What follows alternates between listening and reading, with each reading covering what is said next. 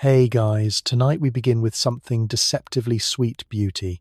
Not just any beauty, but the kind of beauty that could either crown you queen of the Victorian ballroom or quietly ruin your entire life. Imagine opening your eyes in the year 1855. The gas lamps glow like weary little moons outside your window. The clatter of carriage wheels echoes in the distance, and in the glass of your dressing table mirror, you see a face that could make poets write entire sonnets. Congratulations, you're beautiful. But here's the catch. In Victorian England, being too beautiful might not be the blessing you think. In fact, it could be the very thing that gets you in trouble. Good evening and welcome to Stories for Sleep. So before you get comfortable, take a moment to like the video and subscribe, but only if you genuinely enjoy what I do here. And let me know in the comments where you're tuning in from and what time it is for you. It's always fascinating to see who's joining us from around the world.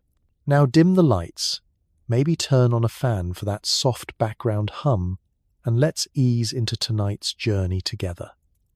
You stand at the edge of a Victorian parlour. The wallpaper is patterned with roses so stiff and symmetrical, it feels like even the flowers are afraid to breathe. A piano tinkles in the corner. Someone's cousin is singing an overly long ballad about lost love, and every eye in the room keeps landing on you. You're not sure if it's admiration, envy, or judgment, but you know this: your beauty is no longer yours. It belongs to the crowd, to society, to the whispered conversations that will linger long after you leave the room. That's the trap. In the Victorian world, beauty isn't a shield. It isn't even a comfortable luxury. It's a spotlight you can't turn off. And the brighter it shines, the more moths it attracts, curious, jealous, sometimes outright dangerous. Beauty is currency here, more precious than gold sovereigns, and just as carefully counted. A girl with an ordinary face might slip through life quietly, but you, with your luminous eyes, your enviable hair, your pale cheeks that glow like porcelain, are treated as both a prize and a potential scandal. Wealthy men lean closer. Older women whisper about how quickly beauty fades, and somewhere in the corner an envious debutante sharpens her tongue like a hidden blade. The Victorians adored beauty, but they also distrusted it. Too much charm meant temptation. Too much elegance meant vanity. Too much attention meant you must be dangerous. You're walking proof of a paradox. The more perfectly you fit the standard, the more precarious your position becomes. Step into the marriage market. Yes, that's what it was called, though, not in polite drawing room conversation. Your looks are now your most valuable bargaining chip. Every suitor in the room weighs them against dowries, estates, and family names. It sounds like a fairy tale being noticed, admired, desired. But look closer, it's a transaction. You're not just admired, you're assessed. You're not just desired, you're ranked. And the ranking is ruthless. One misplaced rumour, a suggestion that you flirted too freely, that your smile lingered on the wrong gentleman, and suddenly your beauty turns from an asset into a liability. You're no longer angelic. You're dangerous. No longer lovely. You're temptress. The same society that placed you on a pedestal will not hesitate to shove you off. Now imagine the constant watchfulness. You can't laugh too loudly. You can't walk too boldly. Even the way you lower your gaze is scrutinized. In some circles, being beautiful is compared to walking a tightrope strung across the Thames. One wobble, and the fall is spectacular. Historians still argue whether this constant pressure created more misery than privilege, but the diaries of women at the time reveal the strain.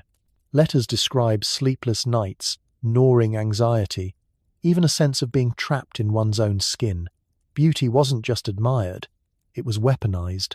And then comes envy. Your peers don't simply admire your face, they dissect it. Her skin can't be natural, someone mutters. She must use arsenic powder. Yes, arsenic.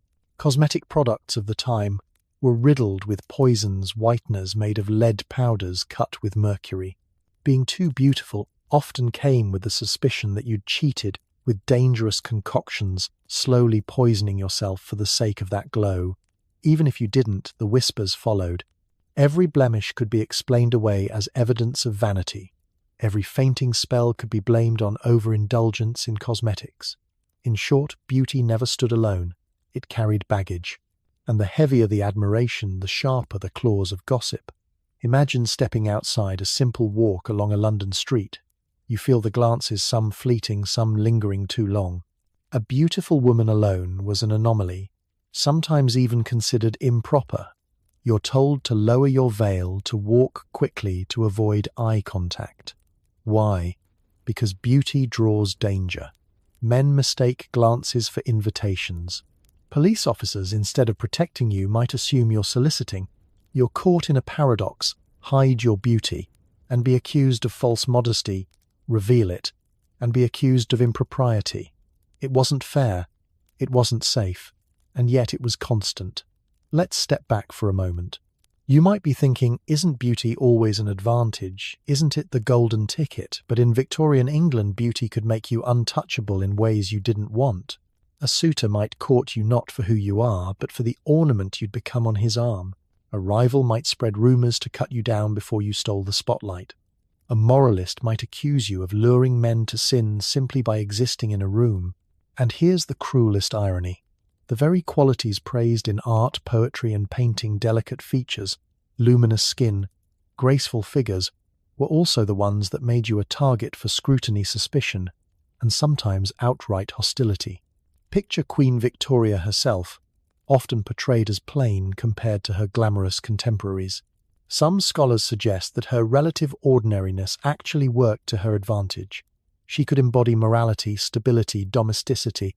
A too beautiful queen might have been distrusted, dismissed as frivolous or vain. So even at the very top of the hierarchy, beauty wasn't straightforward power.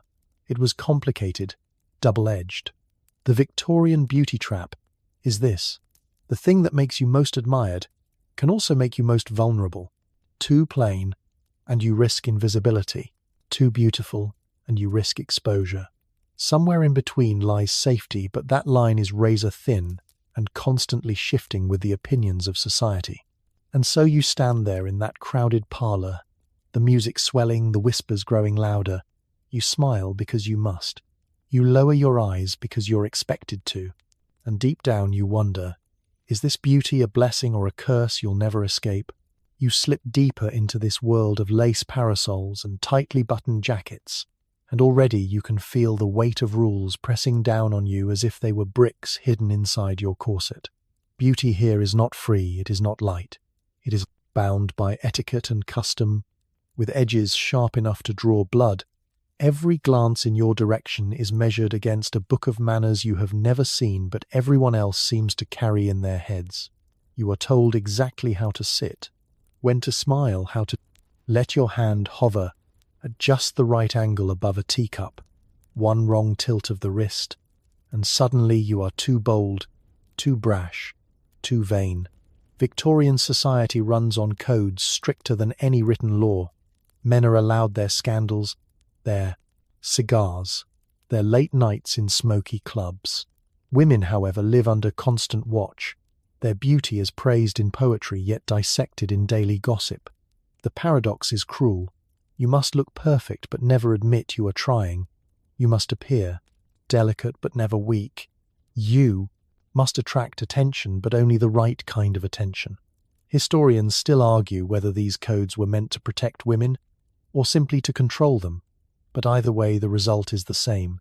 You feel trapped in a costume you can never remove. Take, for example, the art of walking. Sounds simple, does it not? Yet in the drawing rooms of Mayfair and the muddy streets of Manchester, a lady's walk is judged like a military parade. Too fast and you appear vulgar. Too slow and you invite stares. A graceful glide is required, but God forbid anyone notice you are practicing. Every movement of your body is a sentence in the silent book society reads and interprets about you. Beauty is no longer just your face. It is how you move, how you bard, breathe, how you take up space. Consider the smile. A curve of the lips in a dimly lit parlour could spark 3 different rumours. A gentleman might think it meant invitation. A rival might insist it was mockery. An older chaperone might scold. You for forwardness. You smile. because that is what people expect of a pretty woman. Yet the smile itself can become a dangerous weapon turned against you. Diaries from the time record the exhaustion of keeping up appearances. Women wrote of cheeks aching from forced politeness, of eyes that blurred from never daring to meet another's gaze directly. It is beauty harnessed like a horse in blinders, paraded for all, but never allowed to gallop freely. Even your clothing is a trap. The fabrics are heavy, the skirts wide enough to knock over furniture, yet you must glide as if weightless. Your corset cinches tighter each season, as though society itself is squeezing your lungs to remind you that beauty requires sacrifice. You are praised for your tiny waist, but whispered about if your ribs show too much. The balance is impossible, yet demanded. And when your beauty wins admiration, you are warned that admiration itself is sinful, that vanity is creeping in, that you must repent before the mirror. The codes reach into your very voice. A beautiful woman is not supposed to laugh too loudly, not supposed to argue, not supposed to sound clever, unless it is in the safe realm of wit reserved for drawing rooms. Your voice must be soft, melodic, never sharp. If you contradict a man too firmly, you are branded impertinent. If you speak too little, you are called simple. Either way, the code twists your beauty into suspicion. Society believes a pretty face must be matched by modest words, but the definition of modesty changes with every critic and every room. And then comes religion. Preachers warn congregations that outward beauty is a dangerous snare, a temptation leading men astray. A beautiful woman is praised as God's creation, but in the same breath condemned as Eve's daughter, bringing downfall with a glance. Too beautiful, and you are told to repent. Too admired, and you are accused of pride. The very sermons seem to trap you in a paradox of sin and virtue. The moral code laces itself around your beauty, tighter than any corset, and you know that one false step could mark you forever. Imagine the pressure at a formal ball.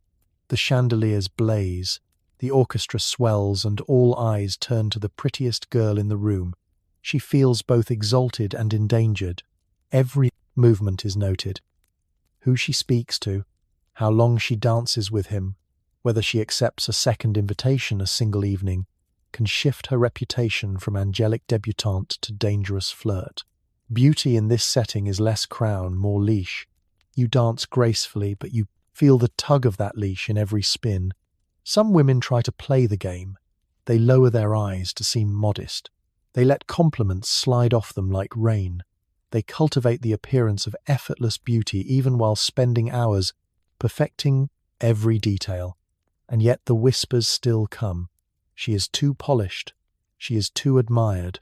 She must be vain or worse, cunning. The trap closes even on those who obey the codes, because the truth is, the rules are designed to keep you off. Balance, always striving, never secure. Historians point out that men wrote many of these rules. The etiquette manuals, the sermons, the lectures, all penned by male hands. The codes of beauty were never neutral. They were part of a system that prized women for appearance, but punished them for power. And yet the women themselves enforced it too. Mothers chided daughters, friends whispered. Warnings society at large became the chorus, reminding every beautiful woman that her gift was also her burden. You cannot escape it, even in the quiet of your bedroom. The mirror feels like an interrogator. Are you too pale? Are your curls arranged correctly? Is your gown modest enough? You prepare for the next day as though preparing for battle, but instead of swords and shields you arm yourself with powder pins and a perfect posture. The war is unending, and the battlefield is your own reflection. And as you blow out the lamp and sink into restless sleep, you realize the cruelest rule of all beauty fades. That whisper lingers in every compliment, every stare, every envious glance. Your beauty is celebrated today, but tomorrow the same society will turn to younger faces and leave you with only memories of the trap you never asked to enter. You open your eyes to a new morning, and already the calculations begin. Beauty in Victorian England is never idle. It is currency circulating in the great market of marriage. Imagine a world where every glance, every compliment, every carefully arranged curl is weighed like silver on a scale. The parlor becomes an auction house, the dance floor a marketplace. Your face is no longer just yours. It is a commodity to be traded for alliances, property, and a future. As you step into the prosti crowded season in London, you realize that beauty draws suitors the way sugar draws flies. Young men with titles, older men with fortunes, even ambitious. Clergymen look you over as if they are assessing livestock. The courtship ritual is polished, polite, full of calling cards and careful bows. Yet beneath the surface it feels more like bargaining over a prized object than genuine affection. If you are too plain, you risk being overlooked. If you are too beautiful, you risk becoming a prize everyone wants, but no one truly values. Families talk about you as though you are an investment. Mothers whisper that your beauty will secure a fine match. Fathers boast of it to friends, hoping to climb one rung higher on the social ladder. The marriage market is relentless, and your worth is measured in both looks and dowry. The cruel truth is that too much beauty can make you seem unattainable or suspicious. Men worry that a dazzling woman will be too expensive, too proud, too difficult to control. Beauty becomes both a selling point and a red flag. Consider the debutante ball. The chandeliers glimmer like stars, and every young woman steps into the room like a jewel placed on display. You dance with suitors under the watchful eyes of chaperones. Each turn around the floor is a silent negotiation. Your smile must be warm but not too warm, your gaze inviting but not lingering. A single misstep and the whispers begin. Perhaps she is fast, perhaps she is calculating, perhaps she enjoys attention too much. Paradox deepens your priest. Beauty must shine, but never burn too brightly. Historians still argue whether the marriage market offered women power or simply disguised their lack of it. Some suggest beauty allowed a clever woman to climb higher than her family background would permit. Others insist it trapped her in roles she could never escape. Either way, the evidence is clear. Beauty placed you on a pedestal, but that pedestal could become a cage. Once married, the same beauty that attracted your husband might later inspire his jealousy or his control. You are praised for drawing attention until the moment you are condemned for it. There is also danger from envy. Rival debutantes sharpen their smiles into weapons. Their mothers spread whispers like ink on blotting paper. That gown she wore was too daring, that laugh too loud, that face perhaps touched by dangerous cosmetics. A single rumor can tarnish your market value faster than moths devour silk. The very thing that once brought suitors to your door can just as quickly close every door in your face. The marriage market is not just about affection, it is about survival. For many women, the only route to security is through a good match, and beauty is supposed to help. Yet sometimes it does the opposite. A woman too beautiful may intimidate suitors who fear gossip or scandal. Others may pursue her only for display, like acquiring a rare painting. Beauty can trap you in a marriage where you are adored for your looks but ignored for your thoughts. Imagine sitting across from a potential husband. His conversation is polite, his smile rehearsed. You sense he sees you less as a partner and more as a trophy to polish and display. You laugh at his joke. Though it barely deserves a chuckle, your mother nudges you under the table, reminding you that beauty must be paired with charm. And so you perform once again in the endless theatre of Victorian courtship. You are admired, yet invisible, treasured, yet objectified. Even literature reflects this paradox. Novels of the era often feature the beautiful heroine whose fate is sealed by her looks. Sometimes she wins a grand marriage. Sometimes she is ruined by jealousy or scandal. Readers understood the message. Beauty is powerful but dangerous. Handle with care. The stories mirror the fears of society, reminding every young woman that her face could dictate her future more than her mind or her will. Consider, too, the role of money. A plain woman with wealth might marry well. A beautiful woman without it might be dismissed as a risk. Too dazzling, and people assume she is hunting above her station. Too admired, and they suspect she is manipulative. Beauty alone is never enough. It must be balanced perfectly with virtue, modesty, and the right family connections. Otherwise, tips into liability. And so each morning you prepare for another day in the market. You pin your hair, you powder your cheeks. You rehearse the polite answers to polite questions. Your reflection looks back at you with flawless calm, but inside, you feel the strain. The very beauty that draws eyes also traps you in expectations you can never escape. You wonder whether a plainer face might offer more freedom, more peace, fewer whispers. But that choice is not yours to make. The world has already decided. Beauty will be your companion and your chain. In the quiet of night, after the dances and dinners, you remove the pins and loosen the corset. Your body sighs with relief, yet your mind churns with worry. Which suitor will call? Which rumour will spread? Which glance? Lingered too long, the marriage market never sleeps. It follows you into your dreams, reminding you that being too beautiful is never just a gift. It is a gamble, and the stakes are higher than you ever imagined. You step outside into the narrow lanes of a Victorian town, and the air itself seems charged with whispers. It is not only admiration that follows you, but suspicion too. Beauty in this era is a double-edged sword, admired by some, feared by others. The neighbours peer through lace curtains, their voices low and sharp. "She is too pretty," they murmur, as though loveliness is evidence of vanity, or even witchcraft. Yes, even in a century that prides itself on science and progress, the old shadows of superstition still linger. Imagine living with that constant hum of envy. The woman across the street shakes her head each time you pass, not because you have wronged her, but because your face reminds her of what she lacks. Envy becomes a weapon sharpened daily on idle gossip. The men tip their hats, but their wives glare as though your beauty is a deliberate insult. A single compliment from the wrong gentleman can mark you as a threat to someone's marriage.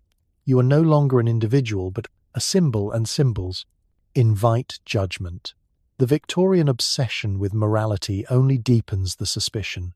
Beauty is linked with temptation, and temptation with sin. A young woman whose features draw too much attention risks being labelled dangerous, not for what she does, but simply for how she looks.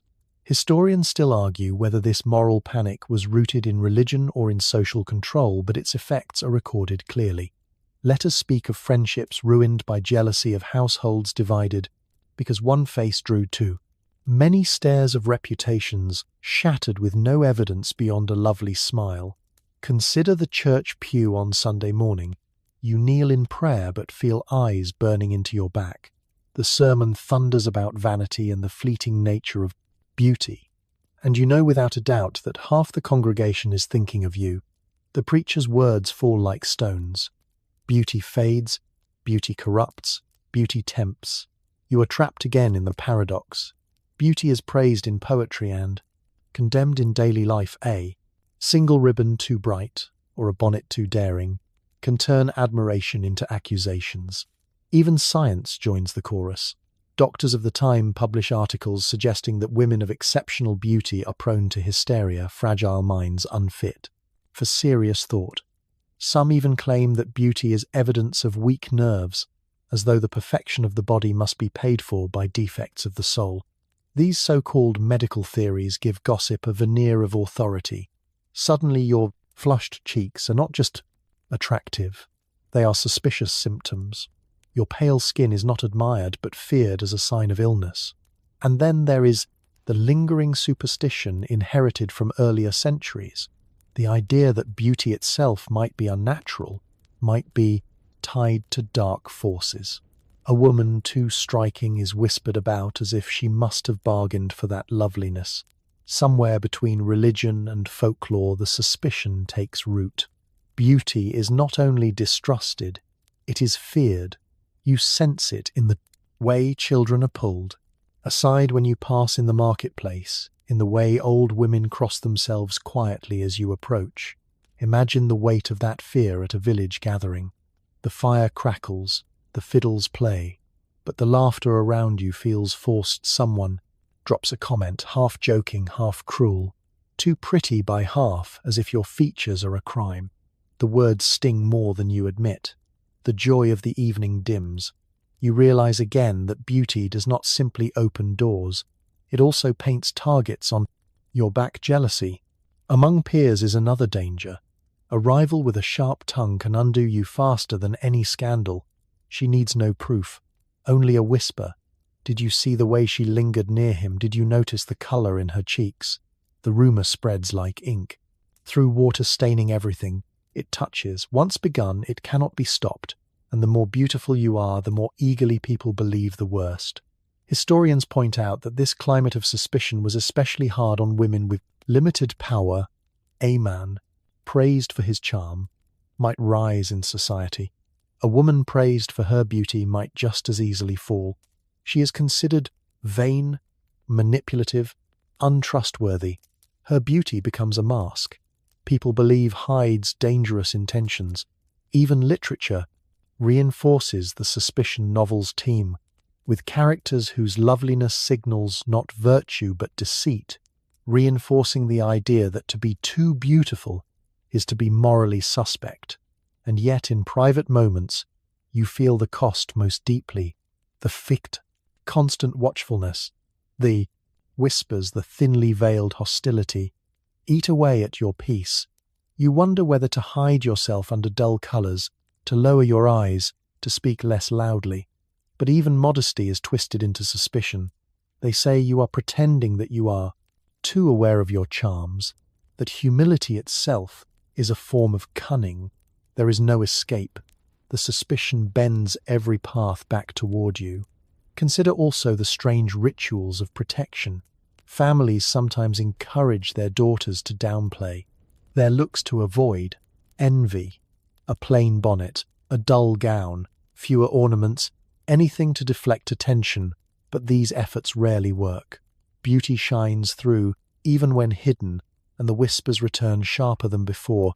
Too beautiful, too dangerous, too proud. The cycle repeats without mercy. And still you must endure. Imagine lying awake at night, the candle guttering low, replaying every glance, every word, every rumor. Could you have smiled less? Could you have spoken differently?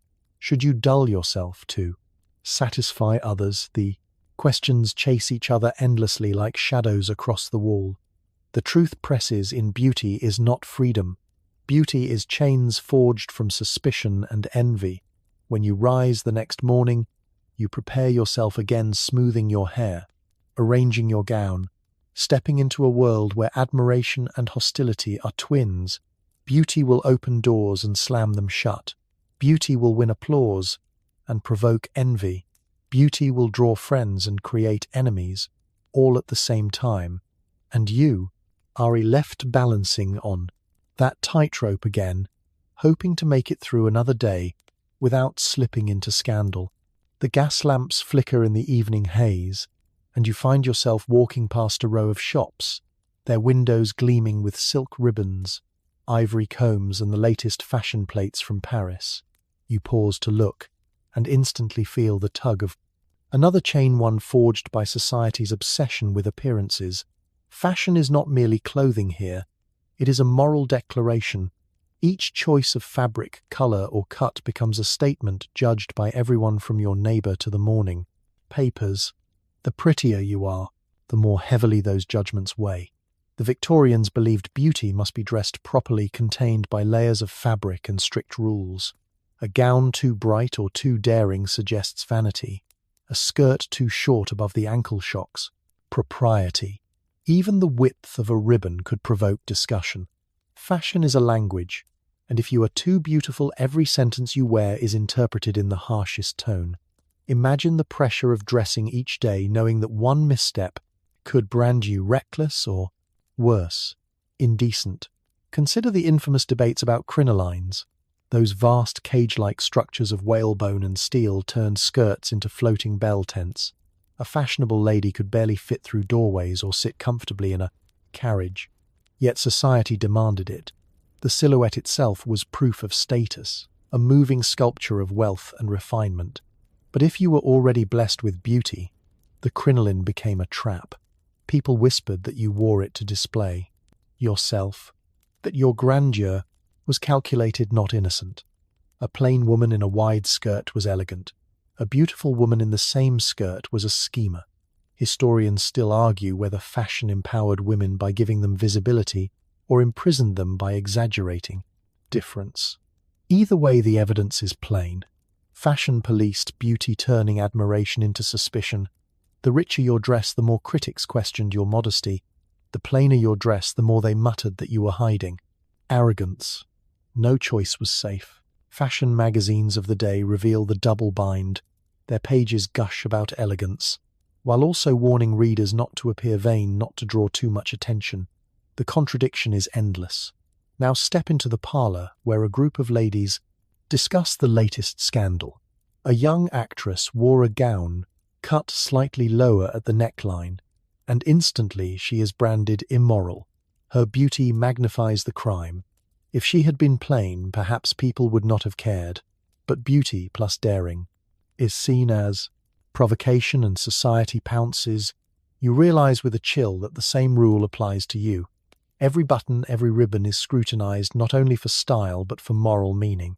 Even men join the chorus. Satirists in newspapers sketch caricatures of fashionable women mocking their crinolines, their towering hairstyles, their elaborate bonnets.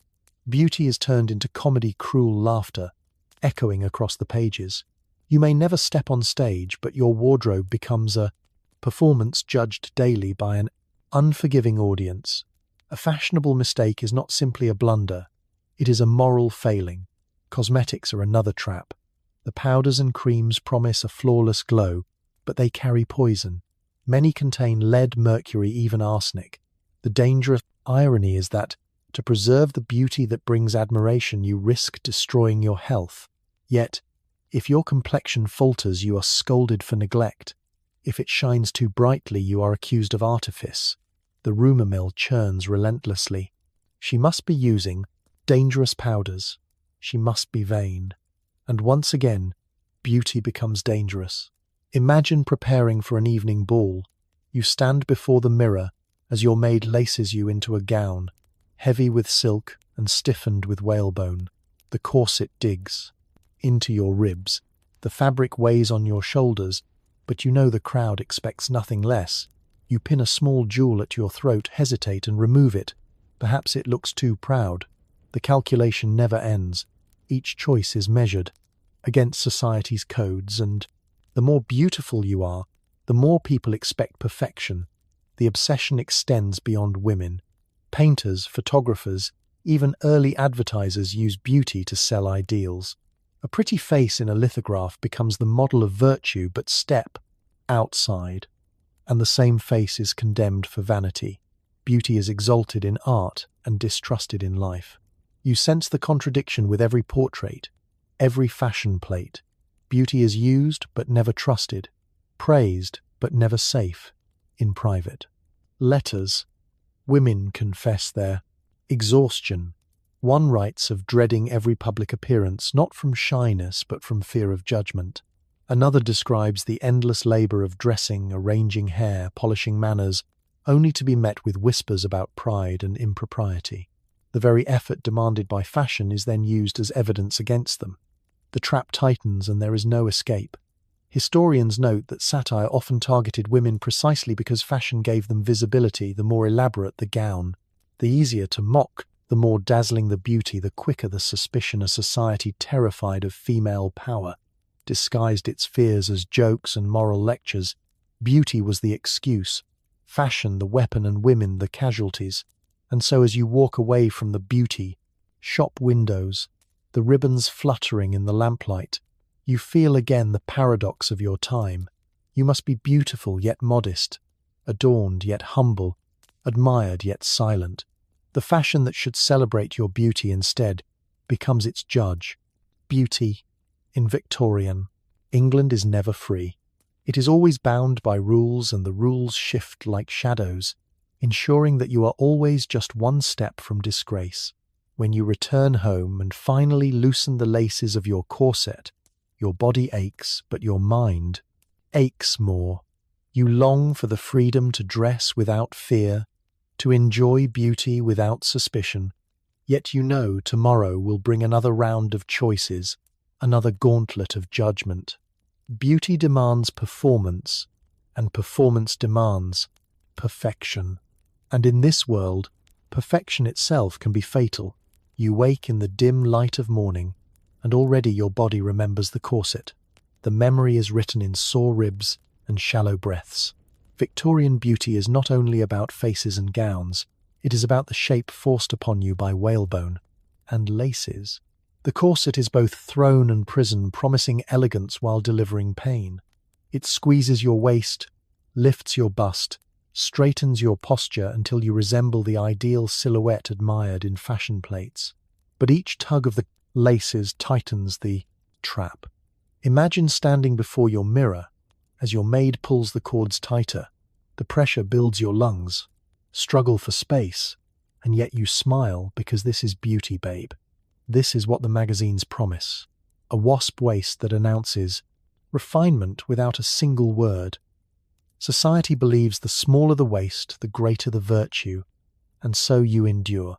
You walk into the ballroom with your chin high, even as your stomach knots and your ribs protest. Historians still argue whether most women truly wore their corsets as tightly as the caricatures suggest. Some evidence shows extreme lacing, others show moderate use. Yet the cultural pressure was undeniable. The corset symbolized control, both self-control and the control of society over women. A beautiful figure was proof that you obeyed the rules of fashion and morality. If you refused, you risked whispers about looseness not only of dress but of character. The medical world weighed in as well. Doctors warned of crushed organs, displaced ribs, weak lungs. Some claimed corsets caused hysteria or fainting spells, yet paradoxically fainting itself became fashionable. A swoon in a crowded room confirmed delicacy, confirmed femininity. It was beauty, redefined as fragility. The corset created the very weakness society claimed to pity but secretly admired. You were expected to be lovely and a little faint, as though near collapse was the final accessory. Consider the experience of a long day in such armor. The morning fitting is tolerable. The afternoon carriage ride grows uncomfortable. By evening, as you sit through endless dinner courses, each breath feels like a negotiation between survival and decorum. Yet you laugh softly at jokes you barely hear, because beauty must never show strain. You sip water, not because you are thirsty, but because it is the only thing you can keep down in such confinement. The corset also carries social meaning. Wealthy women wear silk-lined versions trimmed with lace. Poorer women endure stiffer, rougher designs. Yet all are judged by the silhouette produced. Too thick a waist and your beauty is dismissed. Too dramatic a waist, and your vanity is condemned. There is no safe middle ground. Beauty once again proves dangerous. Too plain invites scorn. Too perfect invites envy and suspicion. Imagine being a young girl laced into her first corset, barely a teenager. Her body still growing, yet already shaped by expectation. She learns to breathe shallowly, to move carefully. She feels the weight of generations whispering that beauty requires sacrifice. Her future is stitched into those seams. The corset is not just fabric, it is destiny. Critics of the time mocked the practice. Satirical prints showed women fainting in public or carried off by doctors clutching, smelling salts. But the jokes did not end the fashion. If anything, they reinforced it. Beauty was always balanced on the edge of ridicule. The more attention you drew, the more precarious your position became, and the corset ensured you could never forget the price of being admired. The irony deepens when you consider that men too sometimes wore corsets. Military officers and dandies laced themselves for posture and elegance. Yet when women did it, society accused them of vanity. When men did it, society praised discipline. The double standard is sharp. Beauty when female is dangerous. Beauty when male is strength. The corset becomes another example of how the Victorian world twisted beauty into risk. At night, when you finally loosen the laces, the relief is dizzying. You inhale deeply, your ribs expanding as if reclaiming lost territory. The marks on your skin tell the story, red ridges like silent accusations. You rub them gently, wondering how many more years your body can endure this ritual. And yet I know tomorrow you will lace again. Because to refuse would be to step outside the circle of beauty. And to step outside is to court ruined letters from the time describe women hiding loosened corsets under shawls, hoping no one would notice at home diaries confess. Secret moments of freedom, hours stolen without laces when they could breathe and move naturally. But such moments were rare, for public life demanded conformity, and conformity demanded pain. The corset was the price of entry into society, and every beautiful woman paid it. Historians debate whether women truly believed in the corset or simply submitted to it. Perhaps some felt genuine pride in their silhouette. Perhaps others despised it, but felt trapped by expectation. Either way, the result was the same beauty demanded sacrifice, and the corset embodied that truth. It was both symbol and instrument of the Victorian beauty trap, and so as you lie down the lamplight flickering low, you reflect on the paradox. The corset makes you admired, but also fragile, praised but also pitied. The very garment that promises perfection threatens your health and freedom. Too beautiful, too perfectly shaped, and society begins to wonder what you sacrificed, what vanity drove you to such extremes. Beauty once again proves to be not blessing but danger. The morning will come soon, and with it the laces once more. The cycle continues. Each day begins with the tightening of cords and the reminder that in this world beauty is never free. It costs breath, comfort, and sometimes even life. The corset is the perfect emblem of Victorian beauty, elegant, dangerous, and impossible to escape. The chill of an English morning seeps through the shutters, and you prepare for another day of performance. This time the stage is your own skin. Victorian beauty worships the pale glow of porcelain faces, the fragile shimmer of complexions, untouched by the sun. A healthy tan might later become fashionable in the 20th century, but here in the 19th century it signals labor fields, poverty, and the indignity of sweat. True refinement must look untouched, as if life itself would never dare to. Mark you step outside only briefly, beneath a parasol wide enough to shade not just your face but your reputation as well. Gloves protect your hands, veils soften the outline of your features, pale skin whispers wealth, leisure the freedom, not to toil. Yet beneath the admiration lurks another danger. Too much pallor invites suspicion that you are ill. Tuberculosis, the wasting disease of the age, is almost a fashion statement. Artists paint heroines with hollow cheeks and luminous eyes. Poets write of beauty fading like a candle. Historians still argue whether society romanticized illness because it genuinely admired fragility, or because it feared health in women as something too vigorous, too threatening. Imagine the powders stacked in little jars on your dressing table. They promise the perfect glow but carry poison.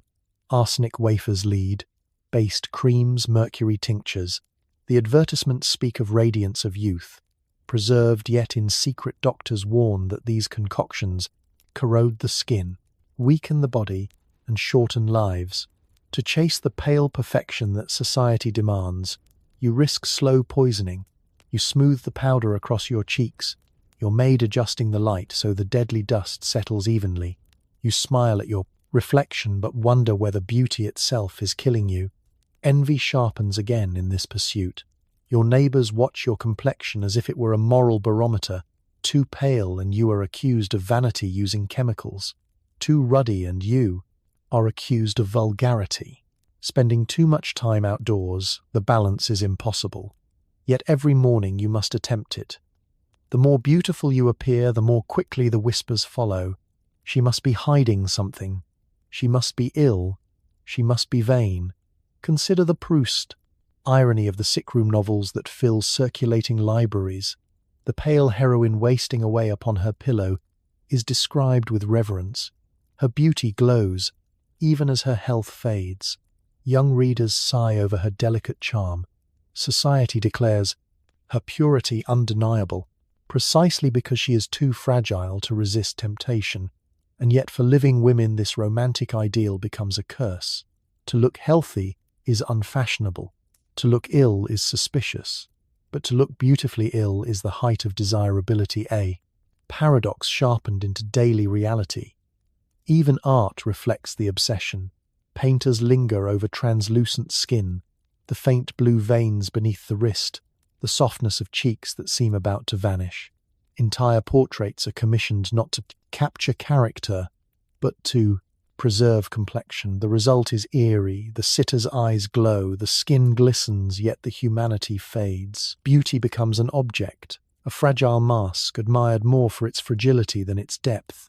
And if you happen to possess such beauty in life, you find yourself trapped inside that same mask, unable to step outside without comment. Medical journals of the era reveal the contradictions.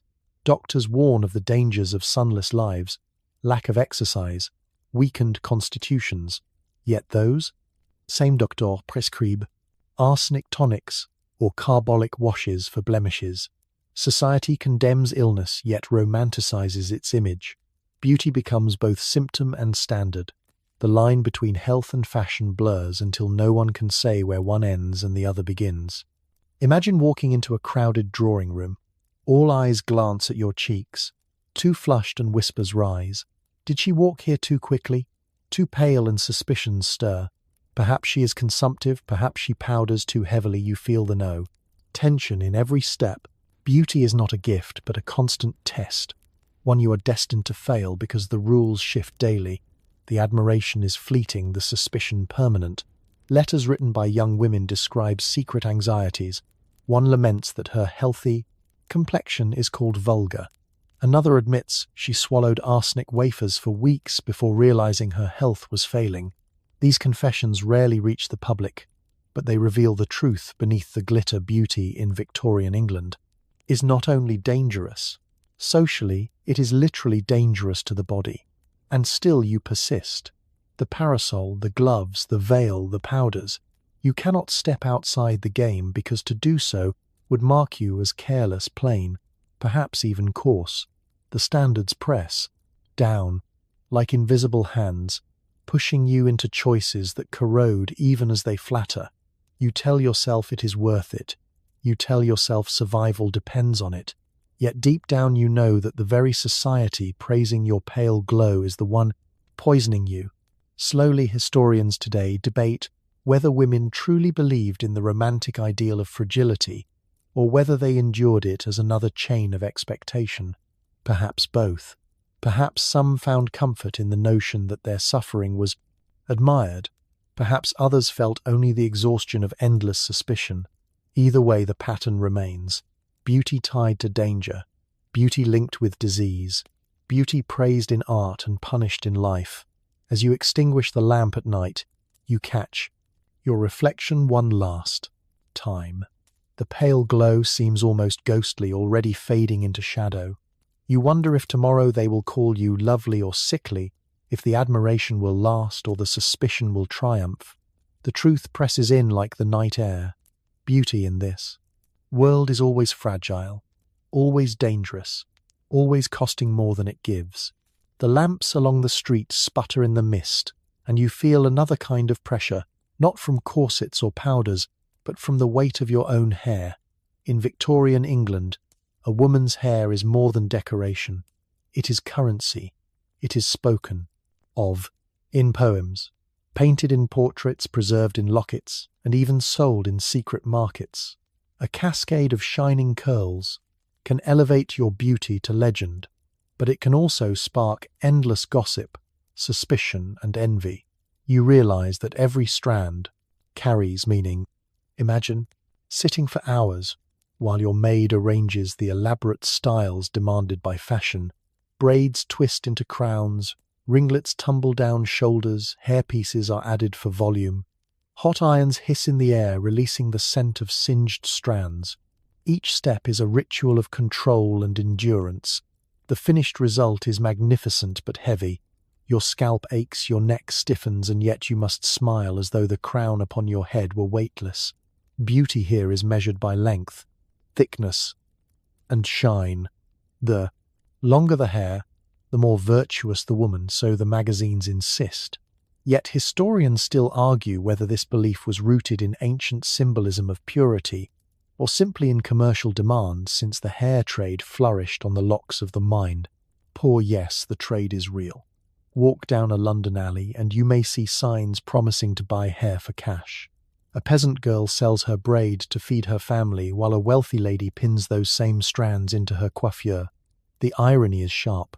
Beauty for one becomes survival for another. Your luxurious mane may not even be entirely your own, but society will still judge you by it. They will whisper if it gleams too brightly. They will sneer if it dulls. They will gossip if you cut it. They will condemn if you show too much of it. Hair is also tied to morality, too loose and flowing, and you are called wild, immodest, perhaps even sinful. Too tightly bound, and you are called plain, repressed. The balance again is impossible. At evening, gatherings a single curl, slipping free from its pins, can set tongues wagging. Some call it charming, others call it careless. Either way, your beauty becomes the subject of debate. The hair upon your head transforms into a battlefield where reputation is won or lost. Consider the mourning customs. When a family grieves, hair is cut, preserved, woven into jewelry or tucked inside lockets. A beautiful woman's hair is not only admired in life, but treasured in death. Yet even this sentiment carries danger. Imagine knowing that your locks could one day be displayed as relics, that your beauty is never entirely your own but always claimed by others. The very strands that draw admiration also mark you as property. Poets of the age rhapsodize about golden tresses, raven, curls, shining auburn waves. Painters linger over detail, brushing light across strands until they glow like halos. But the more art celebrates hair, the more real women suffer under expectation. If your hair is not long enough, thick enough, luminous enough, you fail. If it is too perfect, you are accused of vanity or witchcraft again. The cycle continues without mercy. Even men are caught in the storm, though in different ways. A gentleman's beard or mustache signals strength or weakness depending on fashion. Yet when women grow attention, it is never flattering.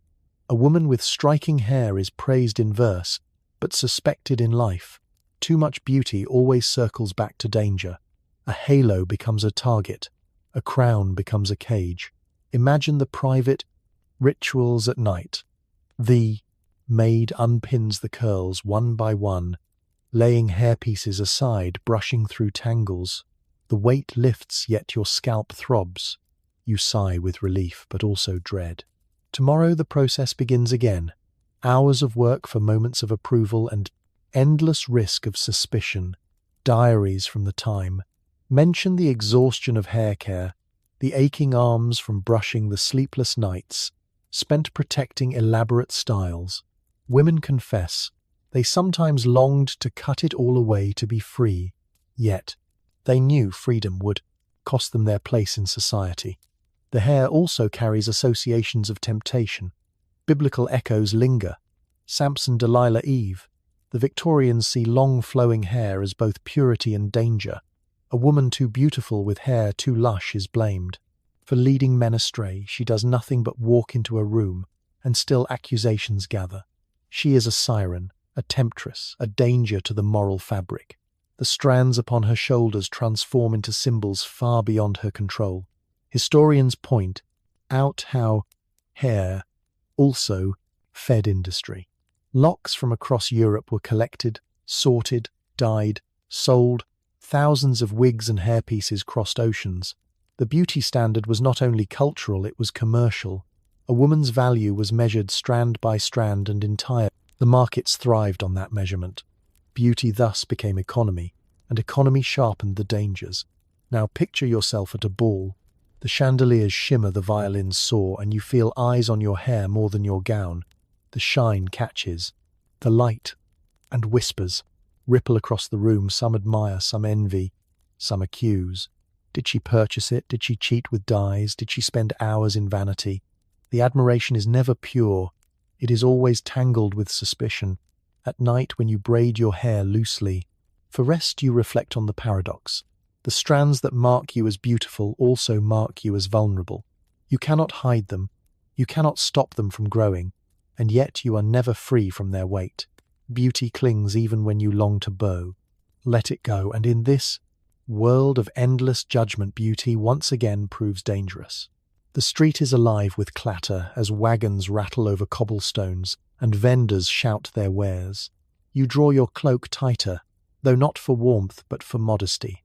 For in Victorian England, beauty does not belong solely to parlours. Ballrooms, it bleeds into the class divide.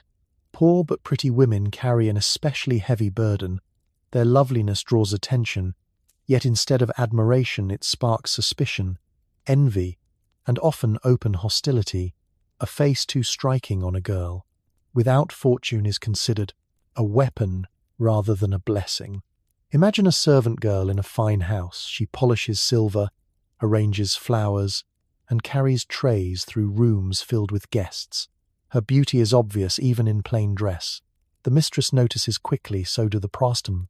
Other servants, her fellow maids, whisper behind her back, accusing her of setting traps for the master. The mistress watches with narrowed eyes as though beauty itself is a scheme. Already the girl is guilty of ambition simply for possessing the features she was. Born with historians still argue whether the Victorian obsession with female virtue was harsher on the poor or merely more visible. Yet diaries from the time are full of sharp remarks about scheming girls who dared to be too pretty without dowries.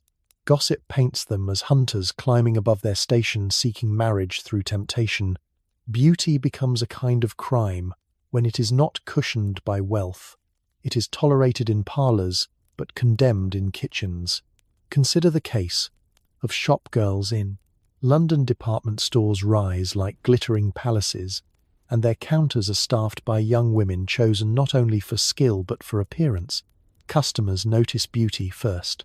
They buy more when greeted by a pretty face, yet behind the pretty face pretty counter the same beauty invites risk.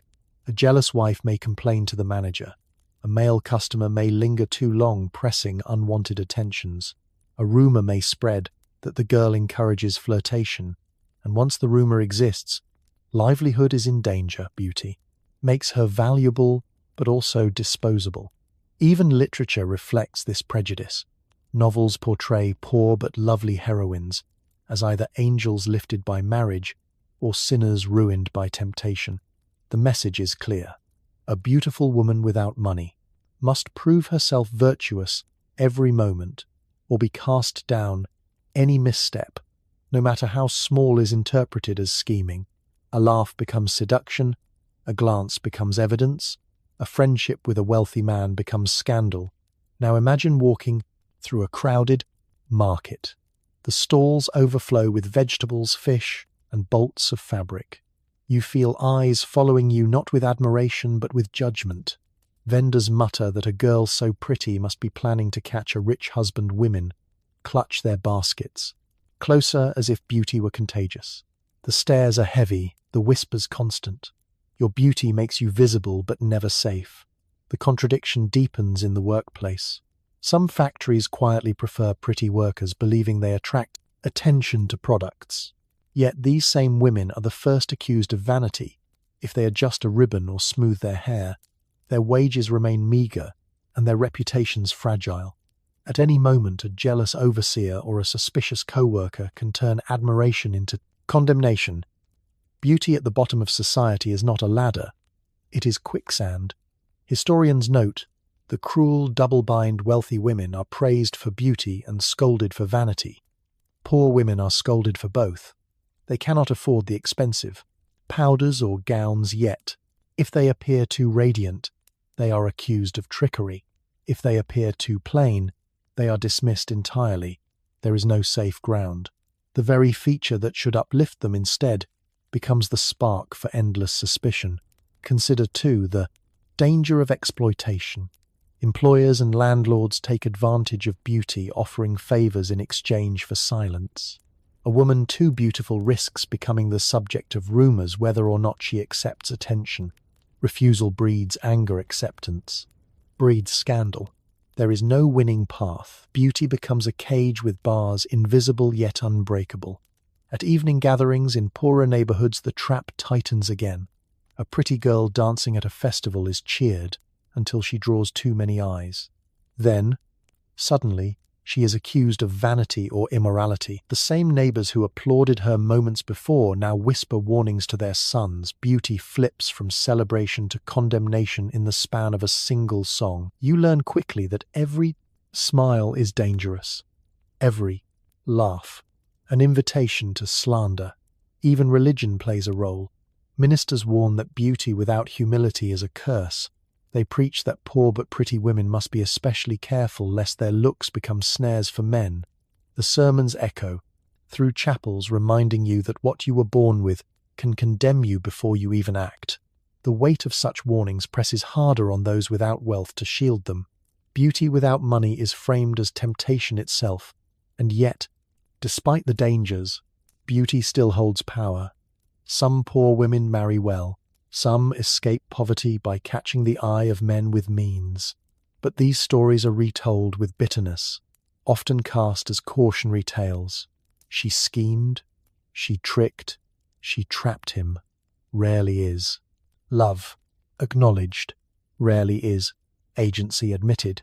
Beauty again is rewritten by others, never by the woman who possesses it.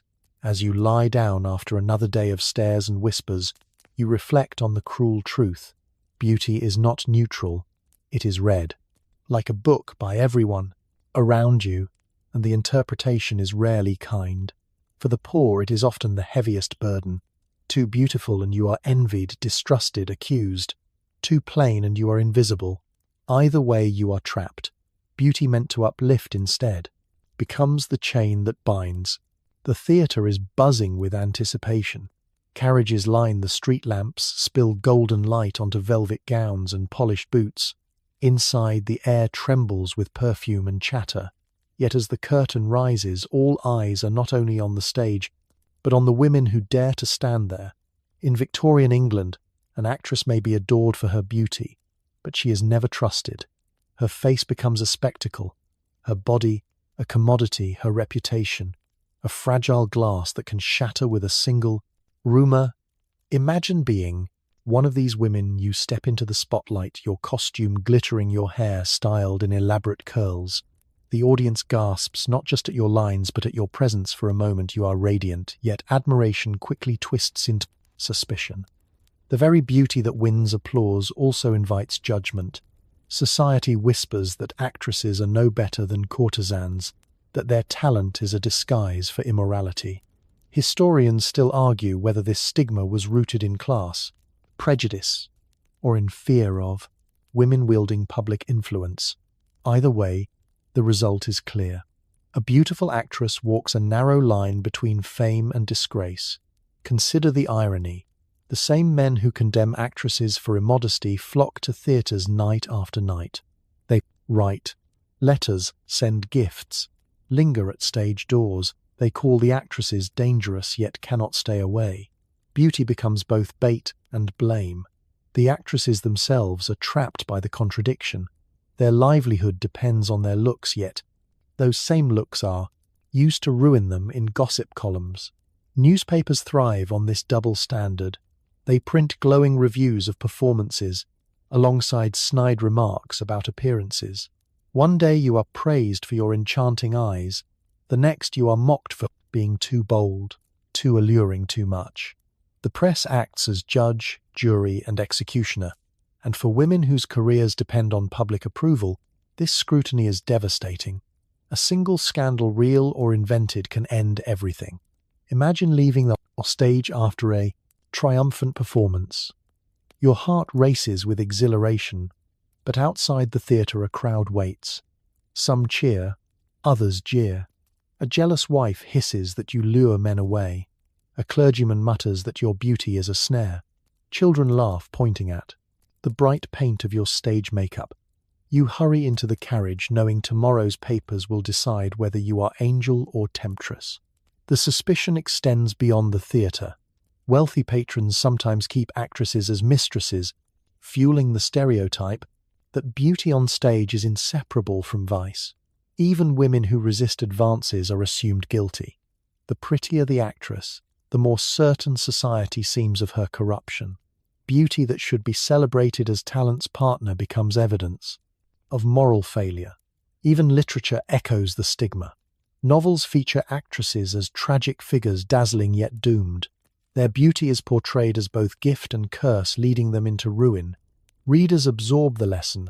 A beautiful woman who steps into the public, I will pay the price. Whether in fiction or reality, society insists the cost of beauty is downfall. Now consider the private life of such a woman. She returns home after midnight, exhausted from performance yet too alert to sleep. She removes her costume layer by layer, wipes the paint from her cheeks. The reflection in the mirror shows not a siren but a weary worker, yet outside the world will never believe it. Neighbors whisper, lovers boast, critics sneer. Her beauty has been transformed into a public property dissected by strangers. She may long for anonymity, but anonymity is denied to the too beautiful. Historians point out that despite the stigma, some actresses carved remarkable lives. They earned fortunes, travelled widely, even supported social causes. Yet even their successes were shadowed by gossip. A beautiful woman in control of her career was deemed threatening. Newspapers painted her as manipulative, her beauty as a weapon. Men in power feared her independence and masked that fear as moral outrage. The paradox deepens with opera singers and dancers. Their beauty was essential to their art, yet the same qualities drew scorn. A plain performer might be judged only on skill, but a beautiful one was judged first on appearance, and then condemned for it. No amount of discipline or talent could outweigh the suspicion. Beauty remained a liability even when paired with brilliance. Imagine again the applause ringing through the theatre. You bow, smiling though inside you. Feel the weight of every stare. Every clap is double-edged. Each cheer hides a murmur of suspicion. Each bouquet of roses may conceal a rumour waiting to bloom. The stage is both crown and gallows. Beauty lifts you high and threatens to drop you in the same moment. In quieter moments, perhaps you walk alone through empty streets after rehearsal. The gaslights flicker, your footsteps echo, and you wonder if it would have been easier to be less beautiful. Perhaps then you would be free to act without whispers, free to sing, without suspicion. Yet you know society would still find another chain. Beauty is only the most visible excuse, and so you continue each night, stepping into the light, knowing it can burn as well as illuminate. The audience applauds the critics. Sharpen pens, the gossip mills churn. Beauty remains your greatest danger and your only shield. To be an actress in Victorian England is to live inside a paradox, admired, envied, distrusted, and never allowed to rest. The morning sunlight slants across your dressing table, and with it comes another weight, not of corsets or gossip, but of science, or at least what passed for science in Victorian England. The doctors of the day were eager to classify, measure, and diagnose, and beauty became one more subject for their scrutiny. If you were too beautiful, you might find yourself the object of medical theories that turned admiration into suspicion.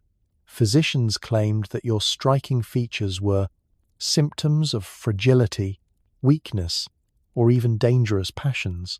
The same face praised in poetry could be condemned in a doctor's office. Imagine sitting stiffly in a consulting room. The air smells of carbolic soap and damp books. A physician peers at you over spectacles. He does not see you as a woman but as a specimen. Your luminous complexion is interpreted as a sign of nervous delicacy, your wide eyes as proof of hysteria, your slender waist as a marker of weakness.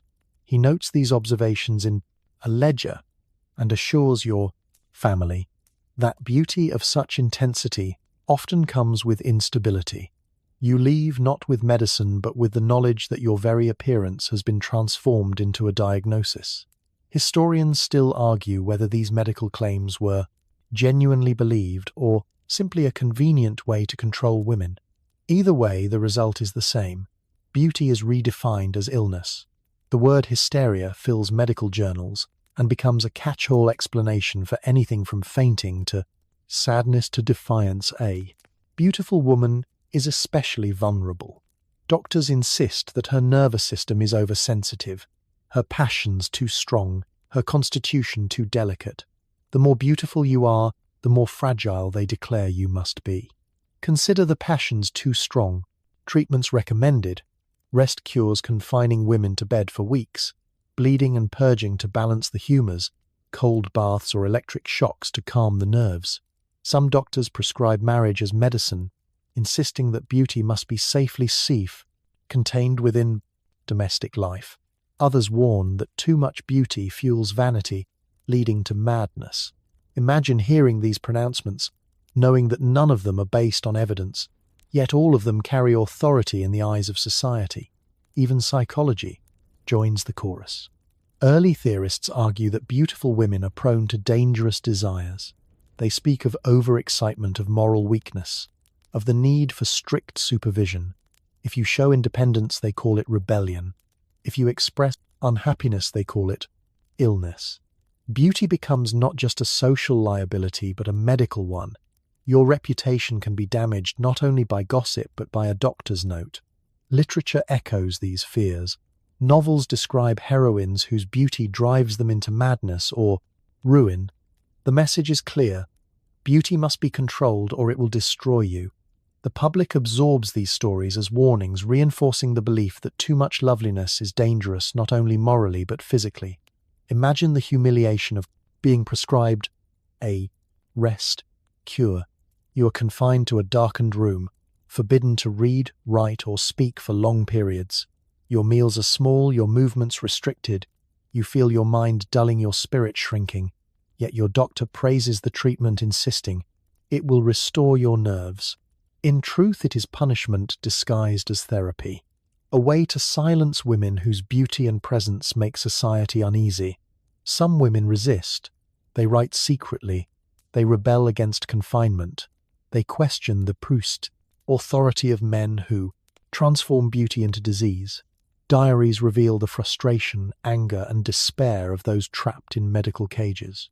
Yet their protests are dismissed as further proof of hysteria. The trap tightens. Beauty provides the excuse science supplies. The chains historians note the cruel irony. Men admired beautiful women in public, yet feared them in private. Doctors turned that fear into theories. Society accepted those theories as fact, and women paid the price. Their beauty was never simply admired, it was pathologized, scrutinized, and diminished until they doubted their own strength. Consider the whispers in drawing rooms. She is too excitable, they say. She is delicate. She must be watched closely. The words sound sympathetic, but carry judgment. They become barriers to freedom, opportunities, marriage choices. A beautiful woman may be adored in portraits, yet restricted in life, because doctors declare her fragile, and yet despite the absurdity, some women internalize the narrative. I begin to believe that their beauty makes them weak, that they must guard against their own passions. They speak softly, walk carefully, avoid drawing attention. In trying to avoid diagnosis, they lose freedom. Beauty again proves dangerous, not because of what it is, but because of what others decide it means. At night, you sit by the window, the city humming beyond, and wonder if your reflection is truly a curse. You feel healthy, strong, alive, yet society insists you are delicate, frail, unstable. Disconnect gnaws at you. But tomorrow, you will smile again, because to appear too defiant would invite another diagnosis, another lecture, another prescription for silence. In this world, science and superstition intertwine. Beauty becomes illness. Beauty becomes fragility. Beauty becomes proof that you must be controlled.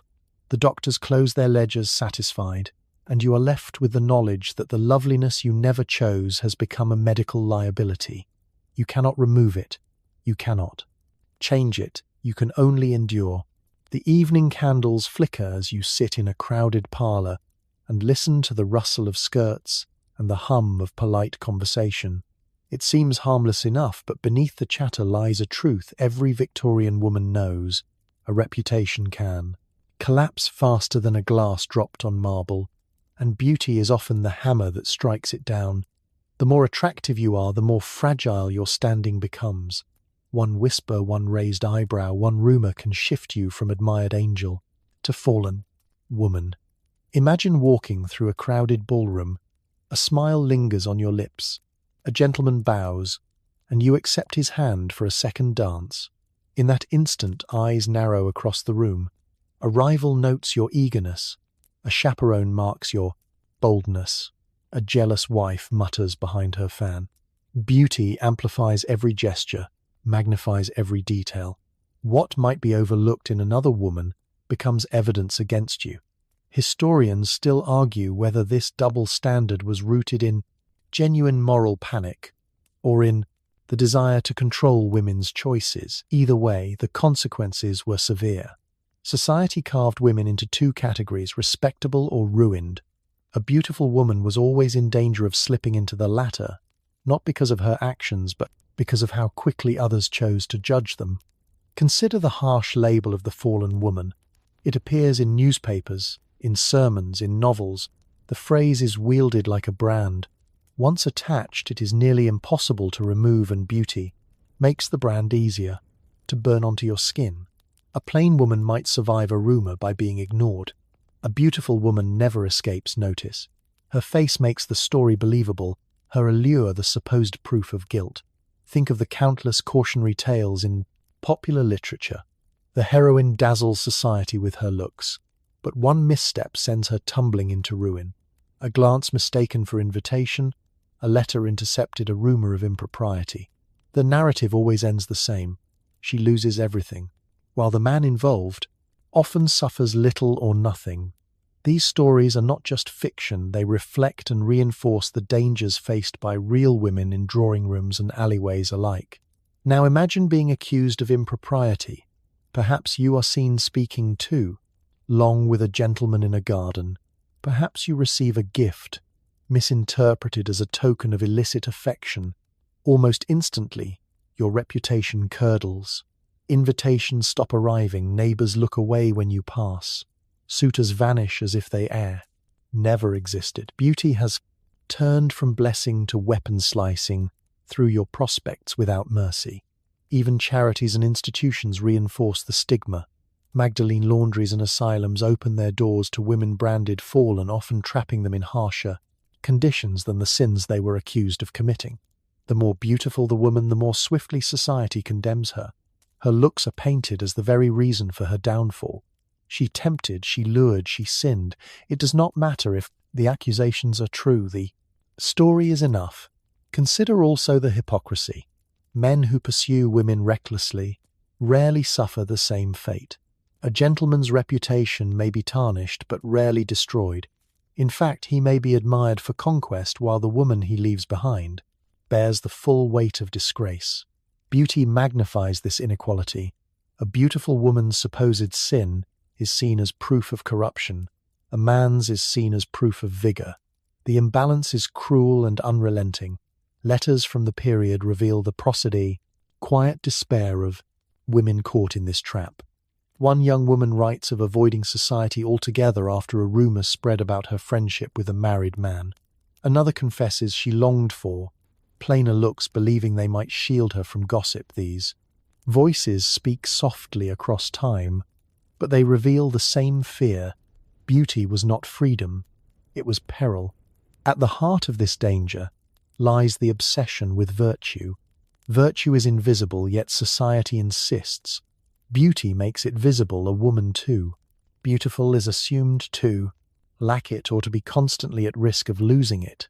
The gaze of men becomes her responsibility, the jealousy of women her fault, the judgment of society her burden. She walks a line thinner than thread, knowing one stumble could define her forever. Imagine the loneliness of living under such suspicion. You smile carefully, you speak cautiously, you monitor every step, yet still you cannot control how others interpret you. Beauty ensures you are always visible, always vulnerable. A plain face may hide in the crowd, but you never can, and so you live half in shadow, half in fear, performing respectability with exhausting precision. Historians debate whether beauty truly ruined more lives, or whether the stories exaggerate the danger, yet the fear itself is recorded in diaries, sermons, and novels. The anxiety was real. The whispered warnings were constant. Mothers told daughters to guard their looks carefully, to never appear too bold, to never trust admiration. Beauty demanded vigilance, and vigilance consumed lives. And so, as the night deepens and the last candle gutters out, you lie awake, replaying the day in your mind. Did you smile too brightly? Did you speak too freely? Did someone misinterpret your glance? Tomorrow may bring whispers you cannot. Silence. Your beauty ensures they will spread quickly and stick firmly. You fall asleep knowing that in this world, loveliness is not safety but exposure, not protection but risk. The cruel paradox returns. Beauty raises you high only to place you closer to the edge. The more radiant the light, the sharper the shadows. And once branded a fallen woman, there is no climbing back. Society has written the ending before you have even lived the story. The city is loud, with the sound of presses thundering in basements, and the shouts of boys hawking the latest editions on street corners. Beauty has found a new stage, and it is not the ballroom or the theatre. It is the printed page. Painters once captured the glow of faces for private galleries. Now photographers sell portraits to anyone with coins to spare. A lovely face becomes more than admiration. It becomes currency. And you realize that being too beautiful in Victorian England means being transformed into a commodity. Imagine walking into a photographic studio. The air smells faintly of chemicals and hot lamps. A stiff chair waits in the center of the room. You sit while the photographer arranges your posture, adjusts the tilt of your chin, instructs you not to blink. The process is slow, the equipment heavy, yet the result will circulate far beyond your control. Cabinet cards and cartes de visite are collected, traded, displayed in albums beauty once belonged to. Mirrors, now it belongs to strangers. Historians still argue whether photography liberated women by granting visibility or trapped them by amplifying scrutiny. Either way, the evidence is clear. A beautiful woman finds her likeness spreading faster than rumor. Admirers treasure her image. Critics dissect it. Rivals envy it. Beauty ceases to be personal and becomes product. Consider the painters too. A portrait by a fashionable artist is not only art, but advertisement. The sitter's beauty is polished, idealized, immortalized.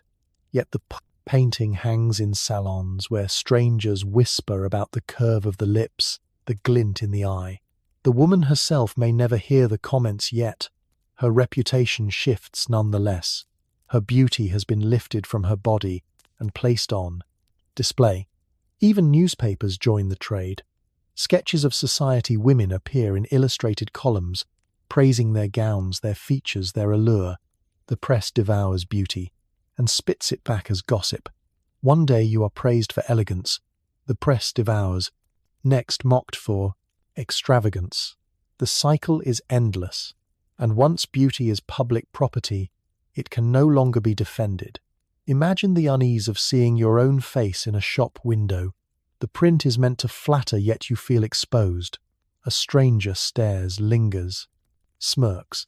Another purchases the card, perhaps, to admire, perhaps to mock. You are not present yet, you are judged. Your image has become both shield and target. The danger deepens when commerce takes hold. Hair sellers advertise tresses said to come from beautiful women.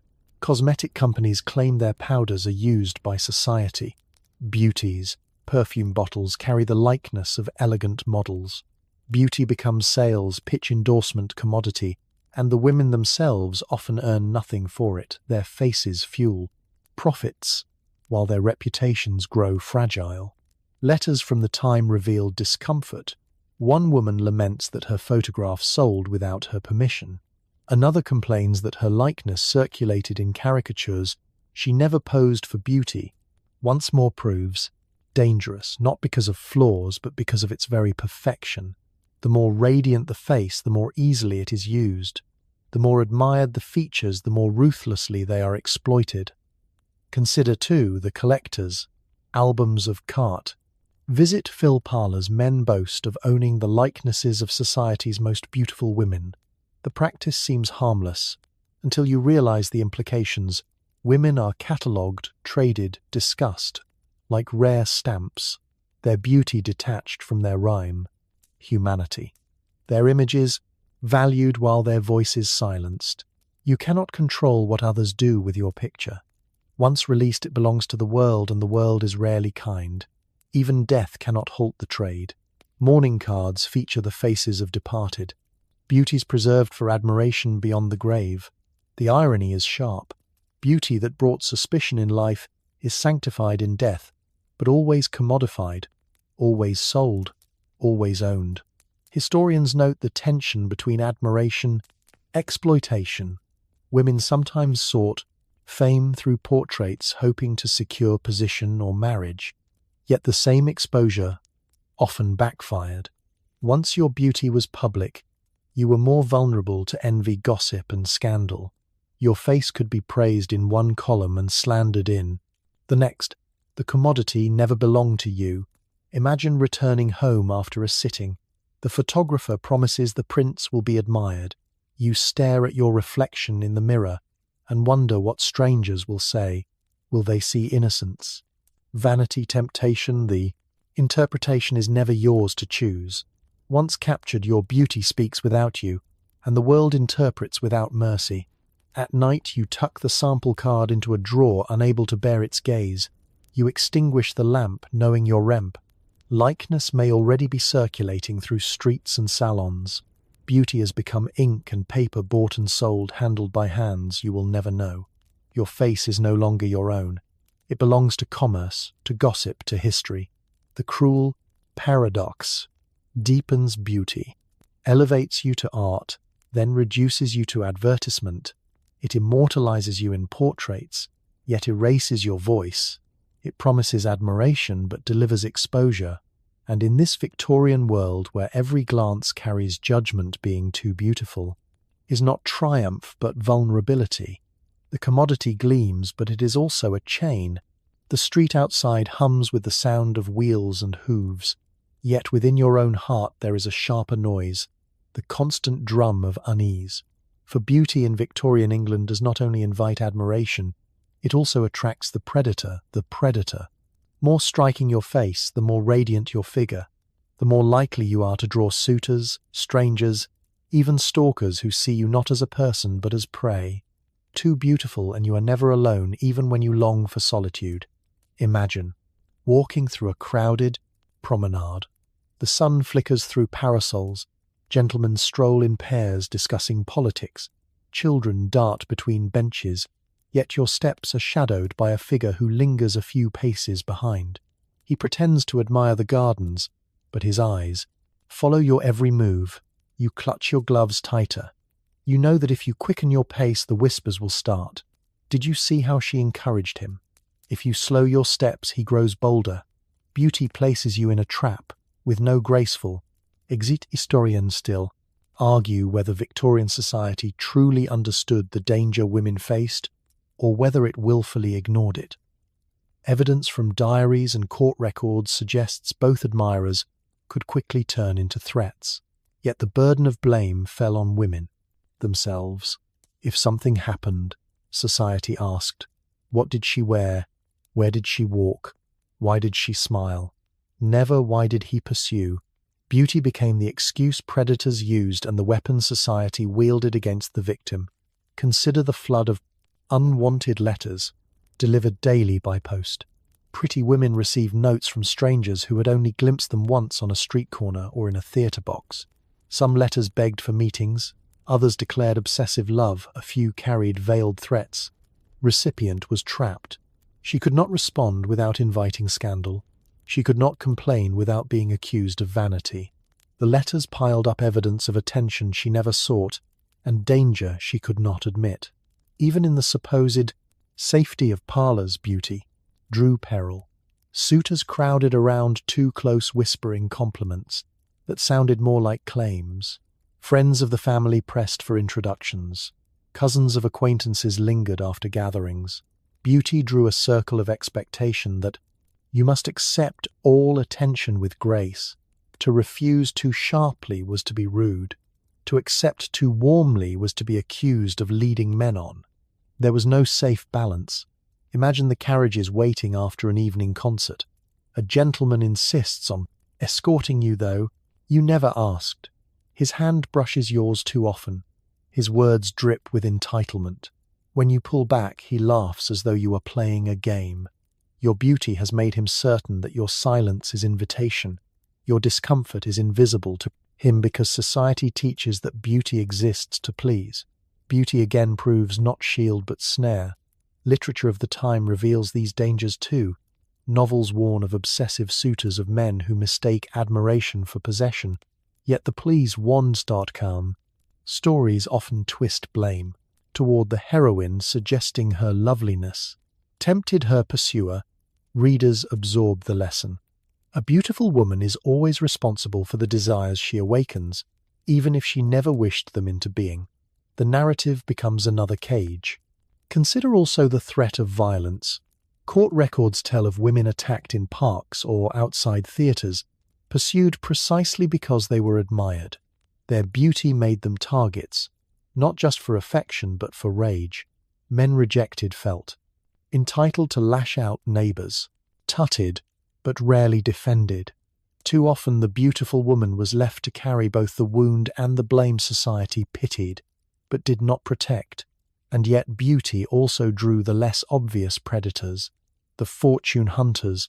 A wealthy man might pursue plain woman for her dowry, but a beautiful one for her display. Her loveliness became another form of wealth, one he wanted to control. You might find yourself courted extravagantly, only to realize you are valued as ornament, not as partner. Your beauty is the prize his pride, the victor. The moment your radiance fades, so too does his devotion. At night, you replay the day's encounters, the lingering stare in the market, the insistent compliment at dinner, the unwanted escort outside the church. Each moment leaves a trace, a reminder that your beauty is not yours alone. It is claimed by every eye that lingers, every voice that presumes every step that follows. You feel hunted, though you have committed no crime. Historians debate whether women exaggerated these fears in writing or whether society downplayed them for comfort. The truth likely lies in between. The letters, the diaries, the court cases reveal patterns too consistent to ignore. Beauty was not only dangerous for reputation, it was dangerous for safety. And yet the paradox remained. Women were told to cherish their beauty, to preserve it, to display it, and simultaneously blamed for the dangers it drew. Imagine extinguishing the lamp and drawing the curtains tight, still feeling the phantom footsteps behind you. The predator may not be outside tonight, but his shadow lingers. Beauty is the lure society demanded you wear and the chain that keeps you vulnerable. The same glow that earns you admiration also paints a target on your back. You lie awake, knowing that in this world being too beautiful means being never safe. The rain patters softly against the window, yet inside your chamber another storm brews the array of tiny jars, bottles and powders arranged across the dressing table. Cosmetics in Victorian England promise miracles but conceal danger. The pursuit of beauty here is not only social or moral but chemical and often lethal. To be too beautiful is to risk not just reputation but health, for the powders and creams that grant radiance are laced with poison. Imagine the ritual of preparation. Your maid lays out the jars, one with chalky white powder, another with liquid sheen. You dab the powder across your cheeks, smoothing it to erase shadows and freckles. Instantly the skin glows with porcelain clarity, yet beneath the surface the lead seeps into pores, poisoning slowly. You sip a tonic marketed as a beauty elixir, but it contains arsenic wafers swallowed by countless women chasing pale perfection.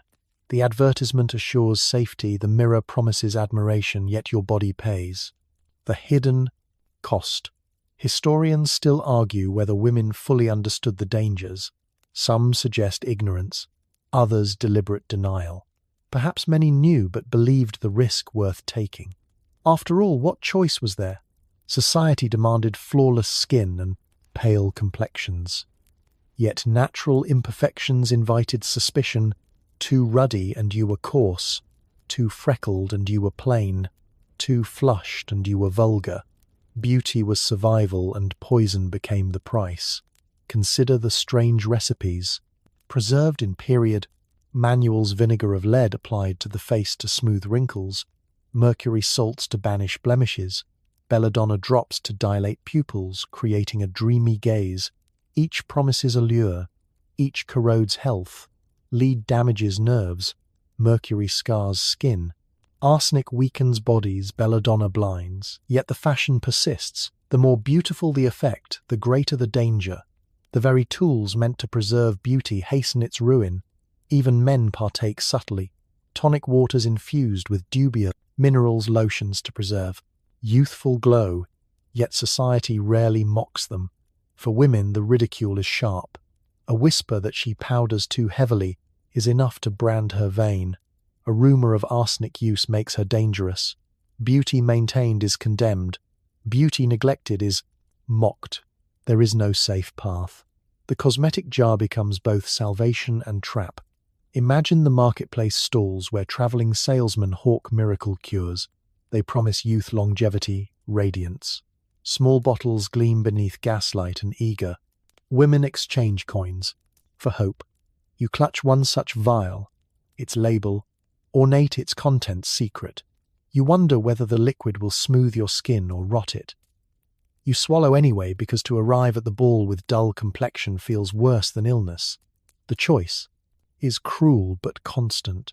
Letters from the time reveal private anxieties. A young woman confesses she fears the powders are ruining her health but cannot stop. Another admits she fainted often and suspects the arsenic wafers, yet continues, because the compliments that feed her courage. Beauty has become not adornment but addiction. The mirror becomes both comfort and enemy. Every morning you face the reflection, wondering whether today the glow will fade, or the poison will show. Medical journals occasionally. Sound warnings. Doctor's note. Strange rashes. Brittle hair, failing health. Yet society shrugs. Powdered faces still fill parlors. Photographs still demand flawless skin. Painters still immortalize pale cheeks. Beauty is currency, and currency requires risk. The warnings are dismissed as exaggeration or ignored entirely because the alternative is social death. Consider also the irony of fashion magazines. They scold women for vanity while printing pages of advertisements for powders they praise. Natural beauty while selling arsenic wafers. They urge moderation while illustrating impossibly flawless models. The contradictions bind you tighter than corset laces. You cannot win, yet you must play the game. Imagine again the ballroom lit by crystal chandeliers. You step in your skin gleaming porcelain smooth. The crowd admires, they whisper praise. Yet one rival smirks, too perfect, she must use powder. Her words spread faster than the music. Your beauty, instead of shield, becomes evidence of sin. Even when you succeed, you fail. The powders that risk your life still do not silence suspicion. Historians debate whether the obsession with dangerous cosmetics was driven by ignorance, commerce, or the deeper need for women to control at least some aspect of their beauty, perhaps all three. Yet the legacy remains clear. Victorian beauty was often built on foundations of poison. The more admired a face, the more likely it was touched by toxins. The more flawless the complexion, the greater the hidden suffering. At night, you wash the powders away with vinegar water. The mirror shows the truth. A face pale, yet weary eyes, shadowed lips dry. You touch your cheek and feel the faint sting left by chemicals. You wonder how many years you can endure this ritual. The compliments of the day echo in your ears, but so too does the faint cough rising in your chest. You extinguish the lamp, knowing tomorrow you will reach for the same powders because society leaves you no choice. Beauty once again proves treacherous. It demands health as payment. It trades years of life for moments of admiration. The jars on your dressing table glimmer like jewels, but each is a trap. To be too beautiful is to inhale poison, smile sweetly, and hope the mirror never reveals the cost. The fog rolls across the London streets, curling around lamplight like smoke from a restless fire. You draw your shawl tighter, but the chill that settles on your shoulders is not from weather. It is from the knowledge that too much visibility is as dangerous as too little. In Victorian England, beauty is not only judged in ballrooms or parlours, it is also weighed in the endless rumour mills of society. Overexposure can destroy as quickly as obscurity can starve. Beauty thrives only in a narrow space between hidden and revealed, and one step beyond either edge turns admiration into condemnation. Imagine the social season. The invitations arrive by the dozen: dinners, balls, garden parties, lectures, each one another stage where you must appear, perfectly radiant, yet never too eager. Each appearance fuels conversation. Your gown admired, your face praised, but soon the whispers begin. She attends too often. She enjoys the attention too much. She courts the public eye. The very act of being seen becomes evidence of vanity. Beauty magnified in society becomes suspect. Beauty too visible becomes dangerous.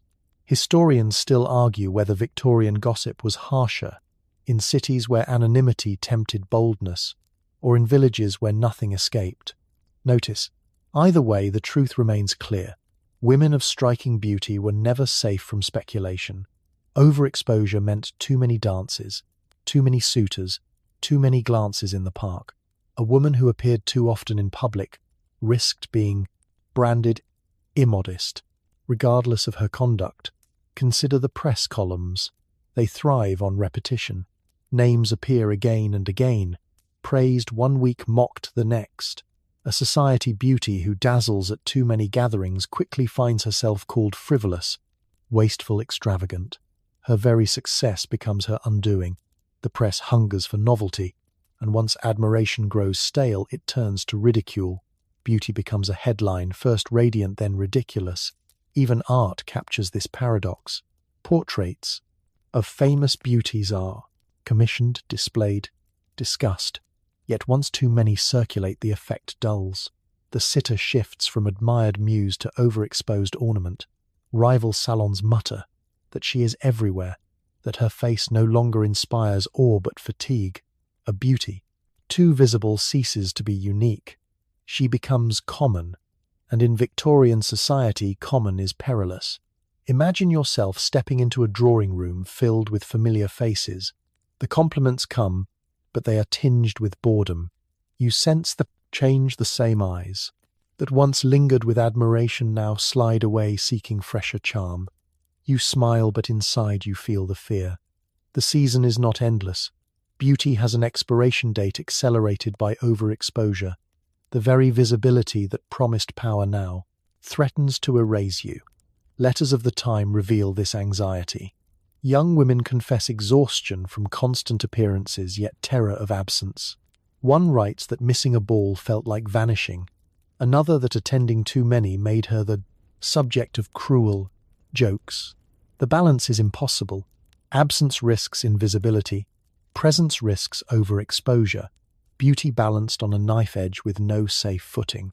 Consider the rivalries that overexposure fuels. A woman praised too often invites envy. The envier whisper. She is desperate. She schemes. She flirts with every man. The more she appears, the more ammunition she provides. A single gesture repeated across events becomes proof of character. A laugh becomes shrill. A smile becomes false. The rumour mills spin faster than any loom, turning threads of beauty into nets of scandal. Even within families, overexposure breeds conflict. Sisters compete. Cousins compare.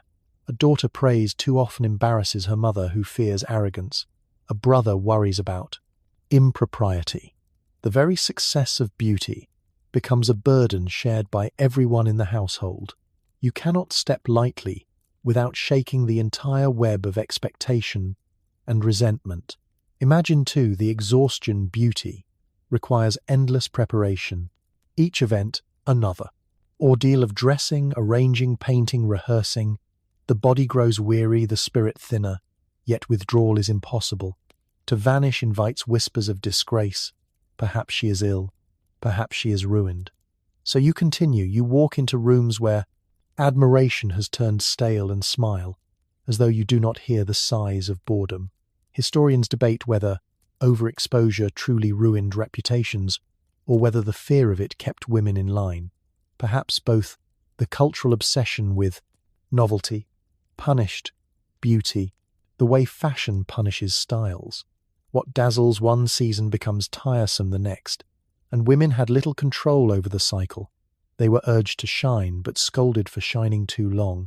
Now imagine the cruelest twist. The very men who pursued you eagerly when you first appeared begin to withdraw. They murmur that you are too public, too visible, too well known. The charm of rarity is gone, replaced by suspicion of calculation.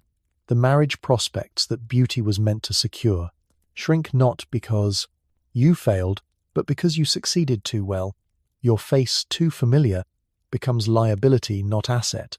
At night, when the lamps are extinguished and the streets fall silent, you lie awake counting appearances. Should you attend the next dinner?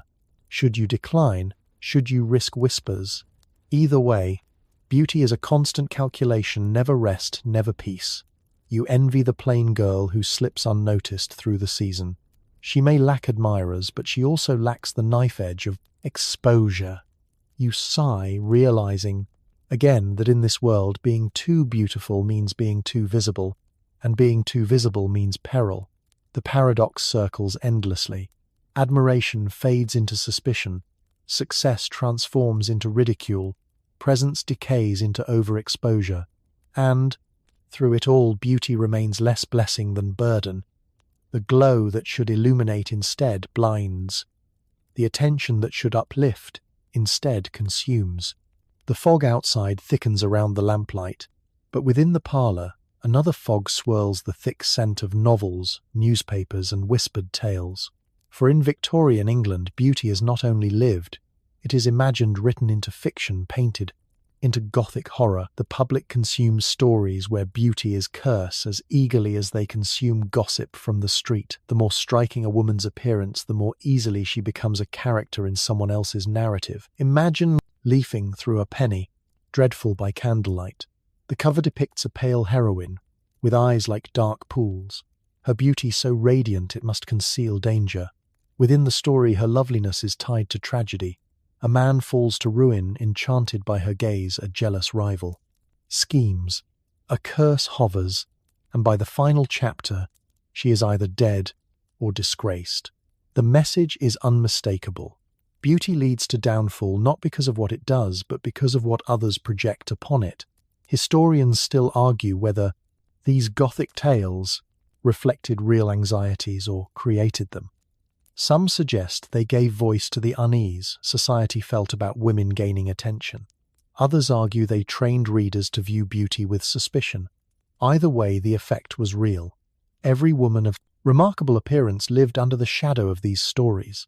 The public expected your life to unfold like the pages of a novel full of temptation, suspicion, and inevitable punishment. Consider the famous myth of the femme fatale. She appears in painting and literature as a dazzling woman whose beauty destroys men.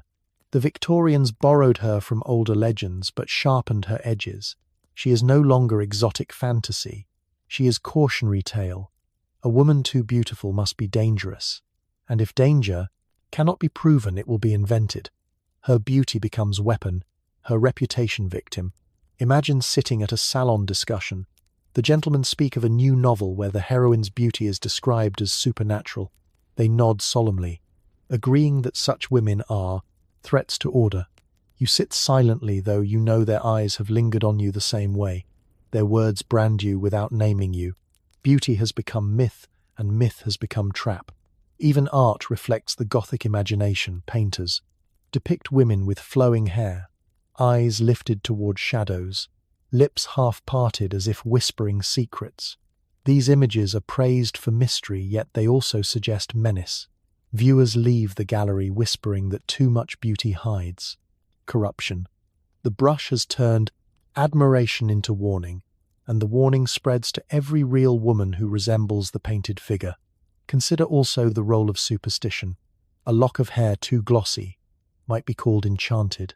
A gaze too intense, accused of casting spells. Though science marches forward, the Gothic imagination lingers. Beauty is never just skin deep, it is symbol, omen, curse. You may smile gently, yet the story others tell insists you tempt fate. You may live quietly, yet the Gothic narrative insists you are tragic. Heroine, waiting for ruin. The Gothic tales often pair beauty with death. Consumption, the wasting disease, is romanticized. A pale cheek glowing before the grave is praised as sublime. Readers sigh over heroines too lovely to live. The line between art and life blurs. Society begins to believe that real women of great beauty are destined for doom.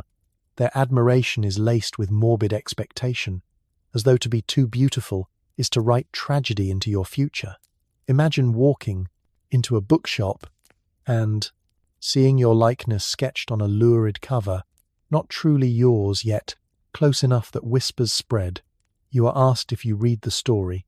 If you see yourself in the doomed heroine, you laugh politely, but inside you feel the chain tightening. The story is not yours yet. It defines you nonetheless. Letters from women reveal discomfort. One writes that admirers compare her to tragic heroines as though compliment. Another confesses she fears her beauty makes people expect disaster. These private words reveal the toll of public imagination. Beauty is not just judged, it is narrated, turned into myth, until reality itself bends under the weight. Historians debate whether the Gothic fascination with beauty harmed women directly or simply reinforced existing fears, perhaps both. The evidence shows that fiction shaped perception. Readers carried the stories into parlours, into gossip, into judgment. A woman too beautiful could never simply be herself. She was character symbol curse. At night you extinguish to the candle, but the images linger. Eyes in the shadows, lips painted in crimson, heroines falling into ruin. You wonder if your neighbours secretly imagine the same ending for you. You wonder if beauty itself writes the plot of your life. Beauty. It should be freedom, but in this world it is narrative, and the narrative is never gentle. The Gothic imagination thrives because it transforms admiration into fear, desire into punishment. Beauty once again proves double-edged. It illuminates, but also haunts. It draws eyes, but also invites curses. You sleep uneasily beneath the weight of stories that were never yours, yet cling to you like cobwebs. The night air hangs heavy with damp mist, and the glow of gas lamps stretches across the street as you step into the carriage. Marriage is supposed to be the sanctuary promised to every young woman of beauty. The sermons proclaim it. The Places, Brevox.org, reward the novels, describe it as destiny. Yet in Victorian England, marriage can become its own snare. Beauty that once drew suitors now traps you inside a gilded cage. Husbands choose beautiful wives as trophies, and trophies are not meant to live freely. They are meant to be displayed, guarded, even punished. Imagine the wedding morning. Your gown is heavy with lace. Your veil flows like mist across the aisle. The crowd admires you. The music swells, and for a moment you believe the fairy tale. Your beauty has secured you a match, a home, a future. But when the door of the new household closes, the truth sharpens. Admiration shifts into ownership, compliments into control. The same beauty that won the marriage now provokes jealousy, suspicion, and endless watchfulness. Historians still argue whether Victorian marriages offered women protection or merely reshaped their chains. Evidence in letters and diaries shows both. Many women record devotion and comfort, yet others write of husbands who distrusted them precisely because of their beauty. A glance at another man, a smile in a drawing room, a compliment from a guest could spark accusations. You are too beautiful, they say, Therefore you must be dangerous. Beauty becomes guilt. Without trial, consider the endless lectures about modesty. A husband may scold his wife for wearing a gown too bright, for speaking too warmly, for laughing too freely. He insists that other men notice her, and therefore she must restrain herself. His jealousy is disguised as virtue, but it is control. Your beauty makes you prisoner to his insecurity. The plainer woman may live in peace. The beautiful woman lives under suspicion. Imagine an evening dinner, the table set with silver, the lamps glowing. Guests arrive, and you smile carefully. A cousin compliments your gown. Your husband's eyes narrow. The conversation continues, but tension coils beneath the surface. Later in private, he reproaches you for encouraging attention. You are bewildered. You did nothing, yet the accusation sticks. Beauty itself is treated as provocation. The very trait that secured marriage now becomes the cause of conflict. Even the law reinforces this imbalance. Married women surrender property rights, their identities absorbed into their husband's beauty, cannot shield you from this reality. In fact, it often worsens it, because jealousy grants men further excuse to tighten control. Letters describe husbands forbidding wives from attending gatherings, limiting visits, instructing servants to report on behavior. A beautiful wife becomes watched object, not trusted partner. Literature mirrors this pattern. Novels portray jealous husbands, suspicious lovers, and women punished for admiration. They never sought. The stories are consumed as entertainment, but they also reinforce expectation. Readers nod solemnly. Yes, too much beauty causes trouble. Yes, a man must guard his wife. Society transforms fiction into instruction, and the chain grows heavier. Consider also the physical danger. In some households, jealousy turns to violence. Court records whisper of cases where husbands struck wives, accused them of infidelity, offered no proof beyond their beauty. These women rarely found sympathy. Neighbors muttered that a lovely face was bound to tempt trouble. The victim becomes culprit once again. Beauty is weapon used against her by the very man who once adored it. Imagine lying awake in the grand bedchamber, the curtains heavy, the air thick with silence. Your husband sleeps nearby, yet you feel alone. His admiration has become suspicion, his love conditional on invisibility. You fear to speak too warmly, laugh too freely, even move with too much grace. The marriage that should have been haven has become another stage where every gesture is judged. Beauty again transforms into trap.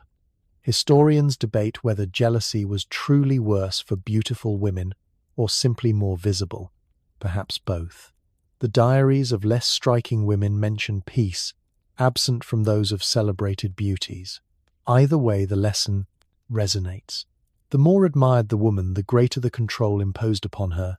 Marriage does not erase danger, it simply relocates it behind closed doors. Even society outside the household participates. A wife too admired is gossiped about. Her husband ridiculed as cuckold. A wife too hidden is pitied or suspected of misery. The couple cannot win. Beauty ensures their lives are public sport. The husband guards the wife jealously. The wife shrinks under scrutiny. The household becomes theatre, with unwilling actors and endless audience. Now imagine years later, the once dazzling bride, now older, yet still marked by beauty. She has lived decades under suspicion, walking carefully, speaking softly, enduring jealous reproaches. Admiration that once surrounded her has dimmed, but the suspicion remains. The habit of mistrust never fades. Beauty continues to haunt her, even as time alters her face. The cage does not open. It only grows quieter. At night you draw the curtains tight and let out a long breath. Beauty was meant to be blessing, marriage meant to be refuge. Instead, both have become chains. The trophy shines in the cabinet, but the glass is locked. The admiration that filled the wedding hall has twisted into ownership and fear. You drift into uneasy sleep, knowing that in this world Too much beauty is never freedom, even in the bonds of marriage. The hearth crackles faintly, but its warmth does little to soften the tension that hangs within the room. For behind closed doors, beauty becomes battlefield. The husband who once praised your radiant features now studies them with suspicion. Jealousy lurks in every shadow, and control sharpens with each glance. To be too beautiful in Victorian marriage is not only to be admired, but to be distrusted, sometimes even endangered. Imagine a dinner at home. The silver glitters the prosodot. Servants move quietly. Guest pays you a polite compliment. Your husband's expression hardens. The meal continues in silence, but later in private the storm arrives. He accuses you of flirting though you merely smiled. He insists you invited attention though you remained proper. His jealousy wears the mask of morality. He claims he guards your virtue, but what he truly guards is his pride. Your beauty becomes excuse for his temper. Historians still argue whether jealousy in Victorian marriages reflected genuine fear of infidelity or a broader anxiety about women's growing visibility in society. Either way, letters, diaries, and court cases reveal a pattern. Beautiful wives endured suspicion regardless of conduct. The more admired a woman, the more likely her husband treated her as possession. Her loveliness was proof of value, yet also reason for control. Consider the methods of surveillance. Servants instructed to report on your behavior. Friends encouraged to watch you at gatherings. Husbands questioning every absence, every letter, every sigh. You live as if under constant trial. Each gesture measured, each word weighed. Your beauty magnifies the scrutiny. No man would watch so closely a plain wife, but you, with your striking presence, must be guarded as though the world waits to steal you away. Sometimes suspicion erupts into violence. Court documents speak of women beaten, locked in rooms, denied visits, all under the claim of preserving honor. The irony is cruel. The husband blames beauty itself as though your face provoked him into rage. Neighbors whisper pity, but also agreement after all. They say such women bring trouble onto themselves. The victim again becomes culprit. Imagine the isolation. You retreat from gatherings, decline. Invitations speak less. Laugh softly, hoping to quiet his jealousy. Yet the withdrawal feeds suspicion. Why refuse the ball unless you hide something? Why speak less unless you conceal secrets? The circle tightens. There is no action that clears your name. No silence. That silences doubt. Beauty ensures suspicion lives eternal. Literature mirrors this torment. Novelists describe jealous husbands whose wives suffer endlessly, often punished for a lure they never wielded intentionally. Readers consume these tales as drama, but they also absorb the warning. A beautiful wife is danger to herself, to her marriage, to society. Better she be controlled than trusted. Thus, fiction becomes justification, and the cage grows stronger. Letters from women reveal the toll. One writes of feeling like the bird in a gilded cage, admired by all yet never free. Another confesses that her husband locked away her gowns, fearing they drew too many glances. She describes staring at the mirror and wishing for plainer looks, believing simplicity might buy peace. These voices whisper across time, proof that beauty once crown becomes chain. Even the medical world contributes. Doctors echo husbands insisting that jealous outbursts are natural responses to wives too lovely. They claim men are driven by instinct to protect what others desire. Theories turn abuse into reason and reason into excuse. The woman's health falters under strain, yet she receives no sympathy. Her beauty is blamed once again. Imagine standing at the window curtains drawn tightly. You watch the carriages pass, longing to step outside. Yet you know freedom invites more conflict. A neighbor's greeting could spark accusation. A simple errand could ignite suspicion. You live within walls not of brick but of mistrust. Beauty has transformed home into prison and marriage into sentence. Historians debate whether some women found ways to turn admiration into power. Perhaps a few did, using beauty to negotiate influence. Yet for many the risk outweighed reward. control overshadowed every free-to advantage. The danger was constant, the cost unrelenting. Beauty offered no shield, only sharper chains. Consider also the children within such households. They grow up watching the tension, learning that beauty is both blessing and curse. Daughters warned to be modest, sons taught to guard jealously. The cycle repeats. The fear of beauty passes like inheritance, shaping new generations into the same patterns. At night you loosen your hair, let it spill across your shoulders. You see in the mirror the features that drew admiration once, now heavy with sorrow. You whisper that you never asked for such loveliness, never sought such chains. Yet tomorrow the suspicion will rise again. As constant as dawn, the cycle will not break. The trap is sealed, the cruel paradox. Echoes. Beauty brought marriage, but marriage brought mistrust. Beauty drew admiration, but admiration bred jealousy. Beauty promised love, but delivered control. The loveliness you never chose has become weapon turned against you. And in the silence of night, you realize the truth. To be too beautiful in this world is not to live admired, but to live accused. The presses thunder in the distance, rattling through the night as though the city itself cannot sleep. The Victorian press hungers for stories, and beauty provides endless fodder. The same features that once drew admiration in parlours now, to find themselves inked onto columns, sketched into caricatures, and dissected in gossip sheets. Too beautiful, and you are never safe from the judgment of print. For the press acts not only as mirror, but as executioner, deciding who shines and who falls. Imagine opening a newspaper at breakfast. The front page speaks of politics, but the society column hums with familiar names, your own among them.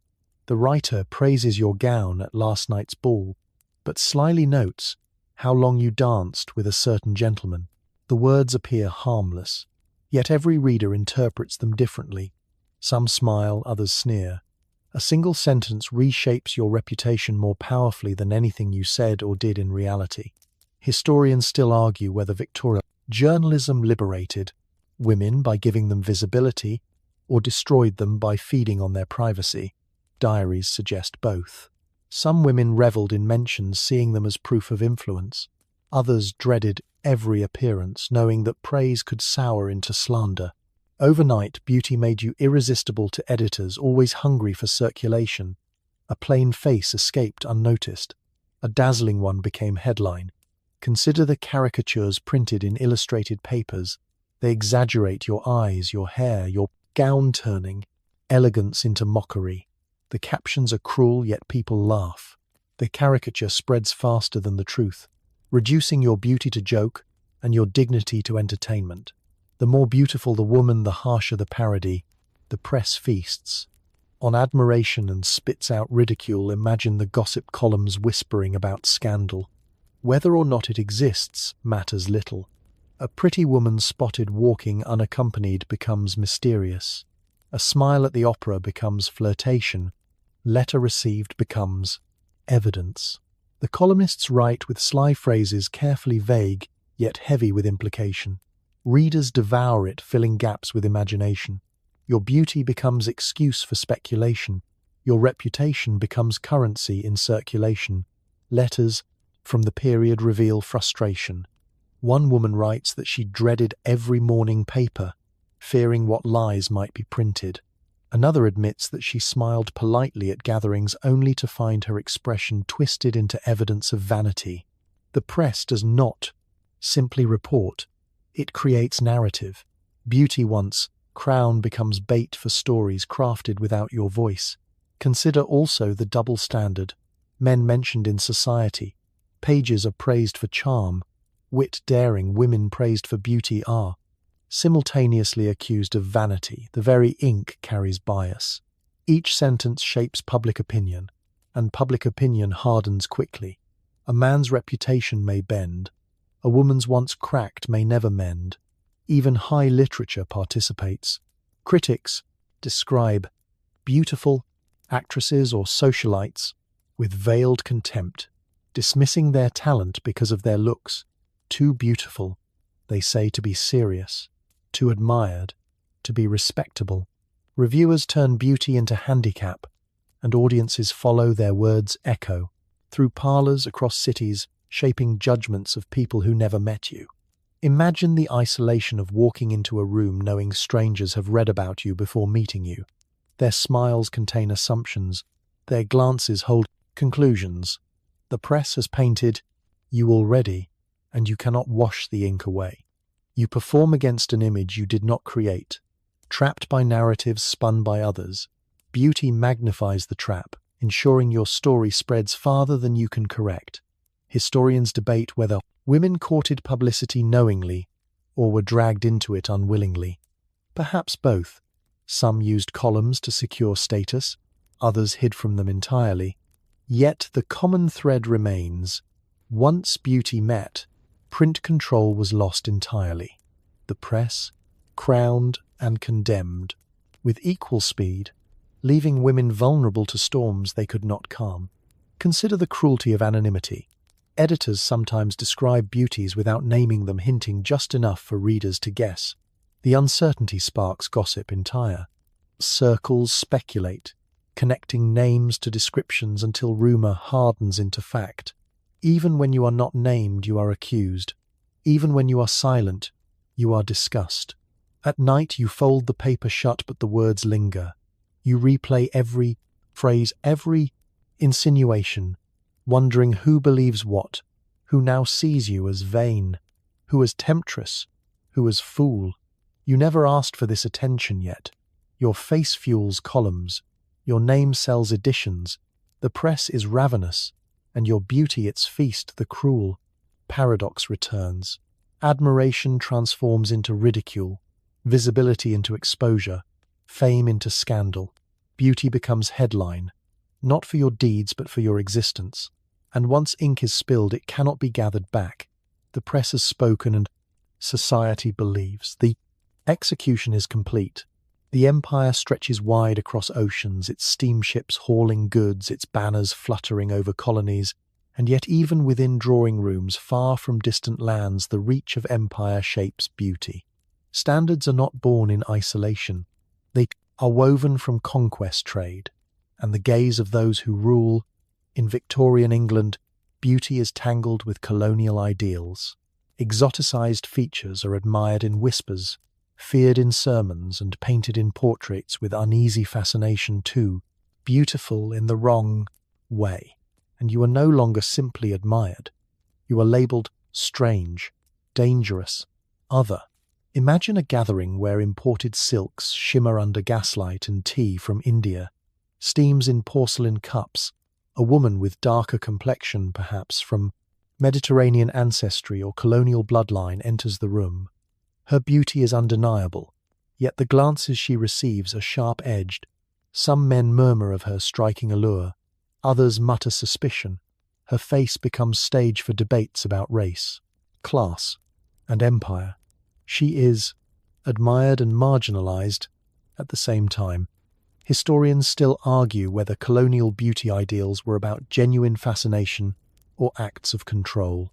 Many accounts suggest both exotic beauty was praised in poetry and art, yet in life it was treated as threat. A woman too lovely but marked as foreign could never fully belong. She was spoken of as jewel, admired for sparkle, but locked away, never trusted. Consider the paintings of so-called Oriental beauties. Artists draped models in. Silks posed them with incense and jewels.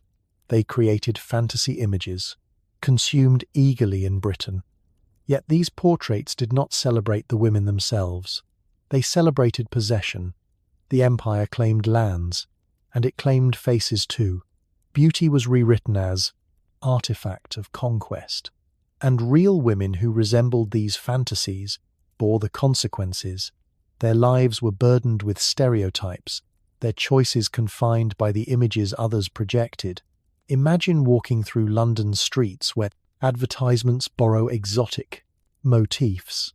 A soap company prints images of dark-eyed beauties to sell cleanliness. A tobacco firm uses dusky faces to imply luxury. Yet the women themselves are mocked if they step into society, too beautiful in exotic fashion, and they are suspected of immorality, accused of temptation.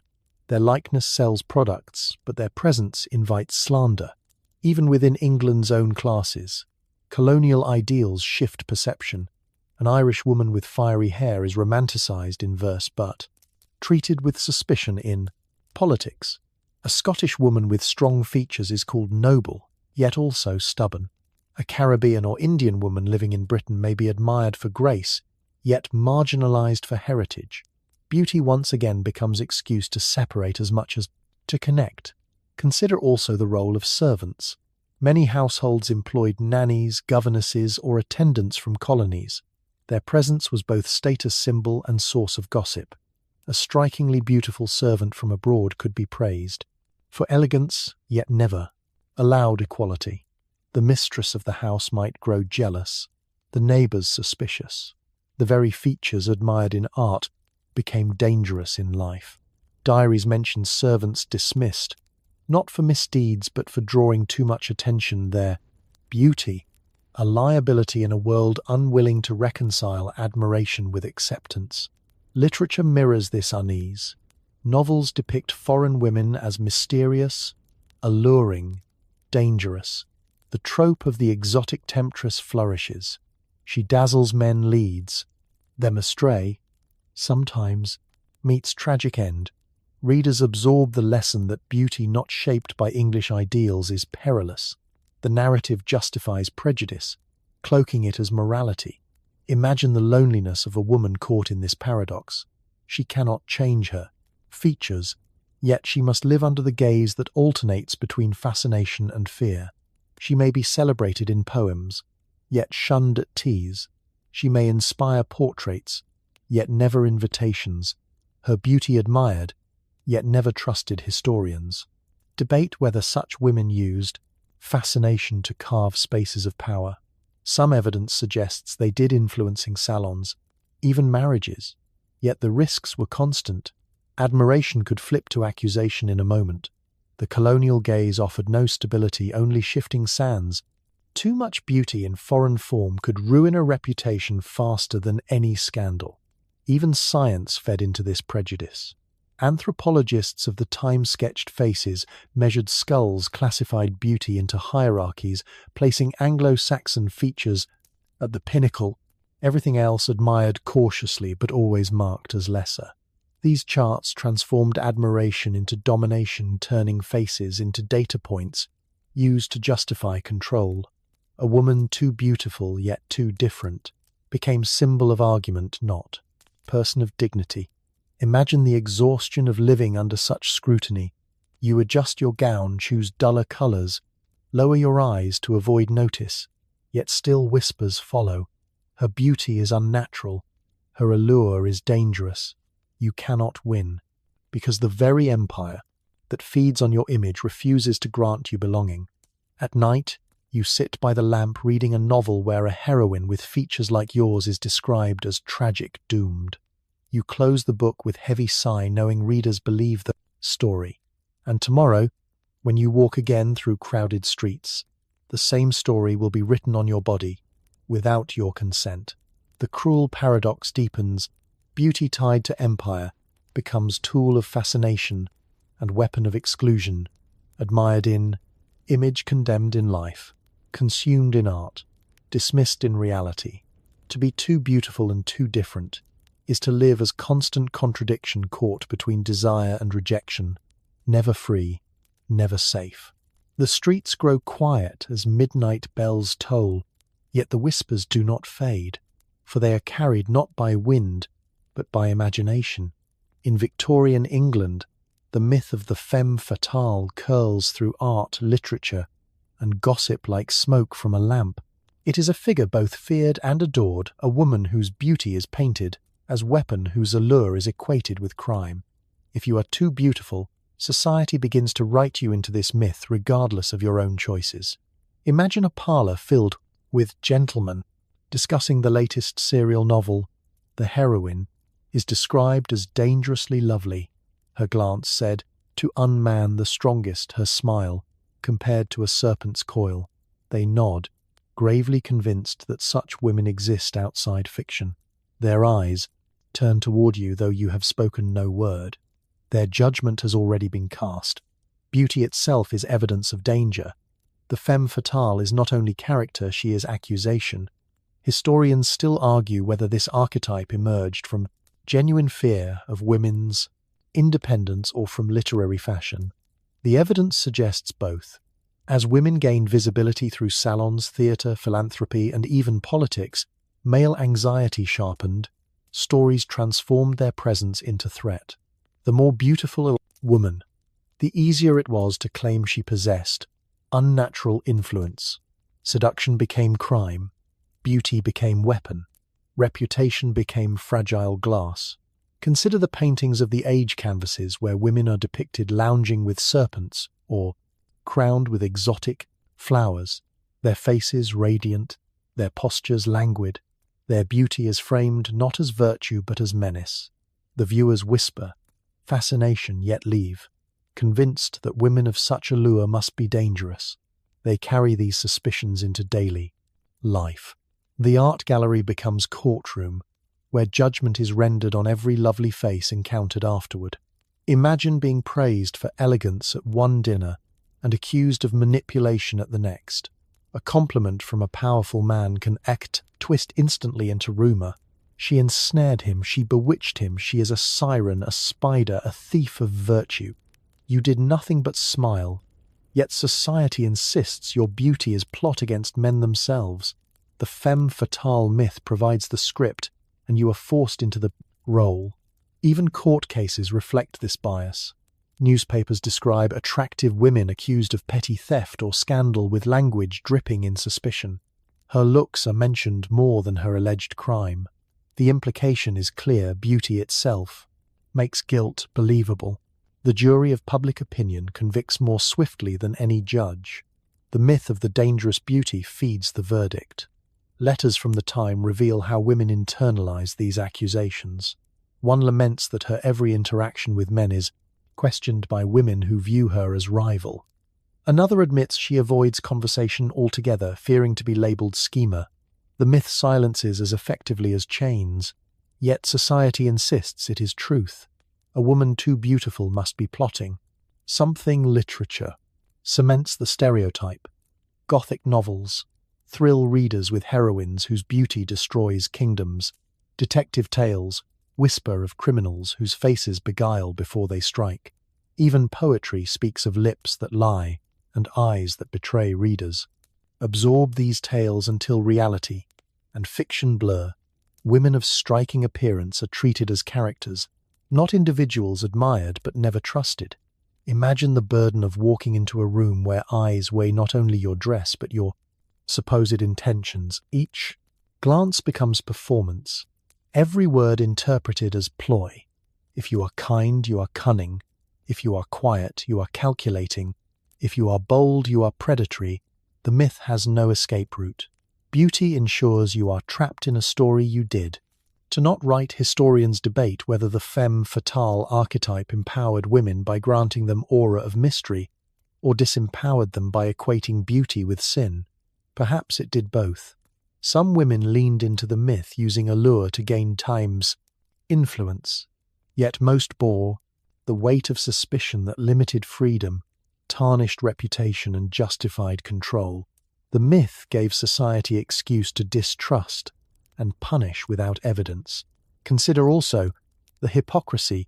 Men celebrated their own conquests, bragged of seduction yet condemned, women accused of the same. They created the archetype of the dangerous beauty while benefiting from the narrative themselves. The femme fatale was blamed for sins. Men committed, praised for powers she never possessed. The chain was forged by stories and locked around real lives. Imagine lying awake in the quiet hours, replaying every glance, every compliment, wondering who will twist it into accusation tomorrow.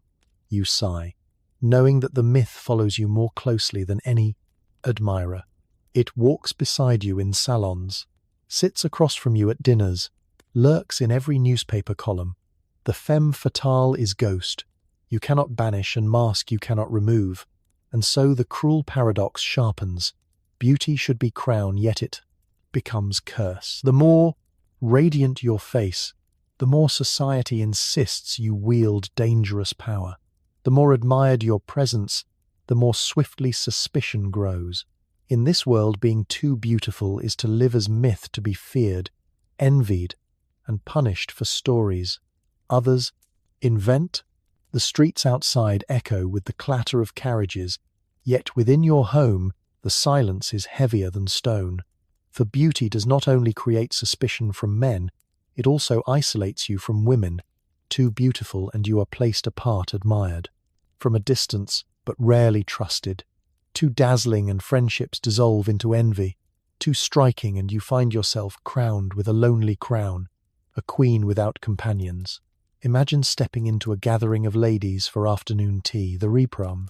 Silver teapots, steam. The cakes are arranged neatly on porcelain plates.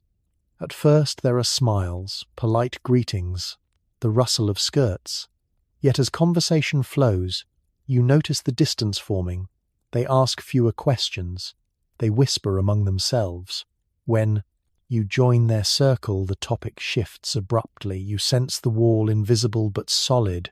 Your beauty has entered the room before you and built it. Historians still argue whether this isolation was born from rivalry or from the structure of society that pitted women against each other. Diaries suggest both. Some women admit envying their friends, others confess withdrawing out of fear of gossip. Either way, the result is loneliness. A beautiful woman is seen as competitor first, companion second. Her friendships fragile as lace too easily torn. Consider the sharpness of envy. A rival may compliment your gown only to mock it later. She may praise your complexion while muttering that it must come from powders. A single laugh with her husband becomes grounds for months of coldness. The friendships you long for collapse under the weight of suspicion. And because you are beautiful, the blame falls on you, not the jealousy that surrounds you. Imagine receiving no invitations while your plainer cousin attends freely.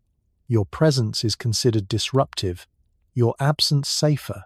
You are placed on pedestal, but pedestals are built for display, not for companionship.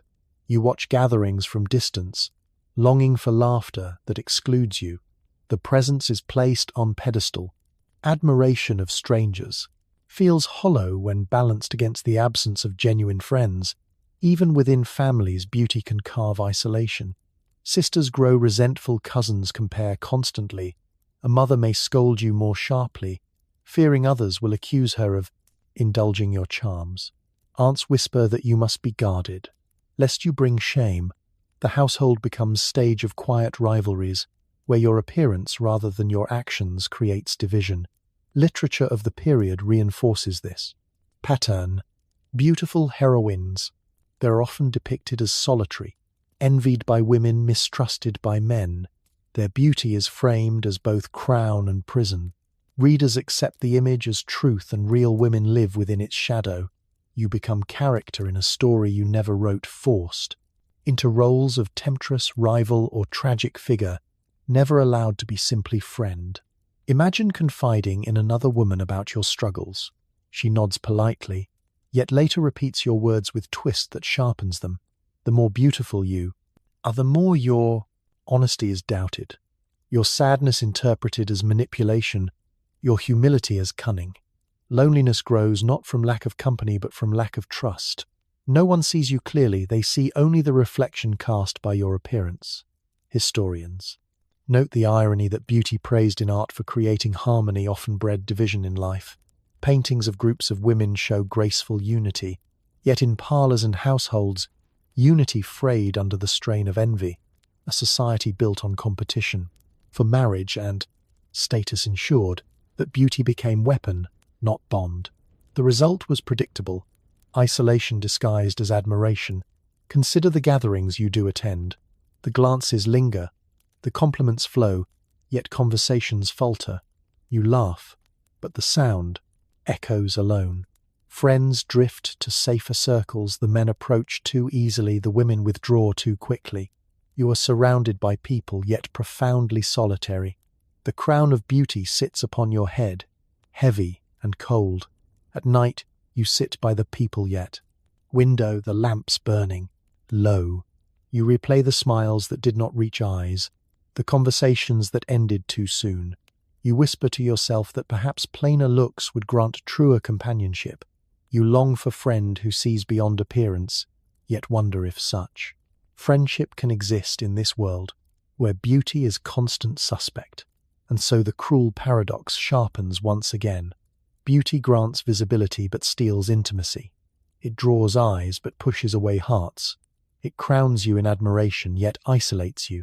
In suspicion you drift into uneasy sleep, wearing the lonely crown unseen by all yet heavy on your soul. The lamps burn low, and the year creeps toward its close. Yet the whispers of reform stir within drawing rooms and lecture halls. The long shadow of suspicion that clings to beauty begins at last to face resistance. A new voice rises among reformers, writers and thinkers, questioning whether the chains wrapped around women's appearance should remain so tight. The backlash against the cult of beauty grows slowly, cautiously, but its presence offers glimmer of hope. Imagine a gathering in a modest hall. Women sit in straight-back chairs listening to a lecturer speak of education, rights, suffrage, independence. The speaker does not praise beauty, she barely mentions it. Instead, she argues for intellect, for opportunity, for dignity. The audience listens rapt. Some nod, others frown. But in that moment you sense a shift. Beauty is no longer the sole measure of worth. Reform whispers another possibility.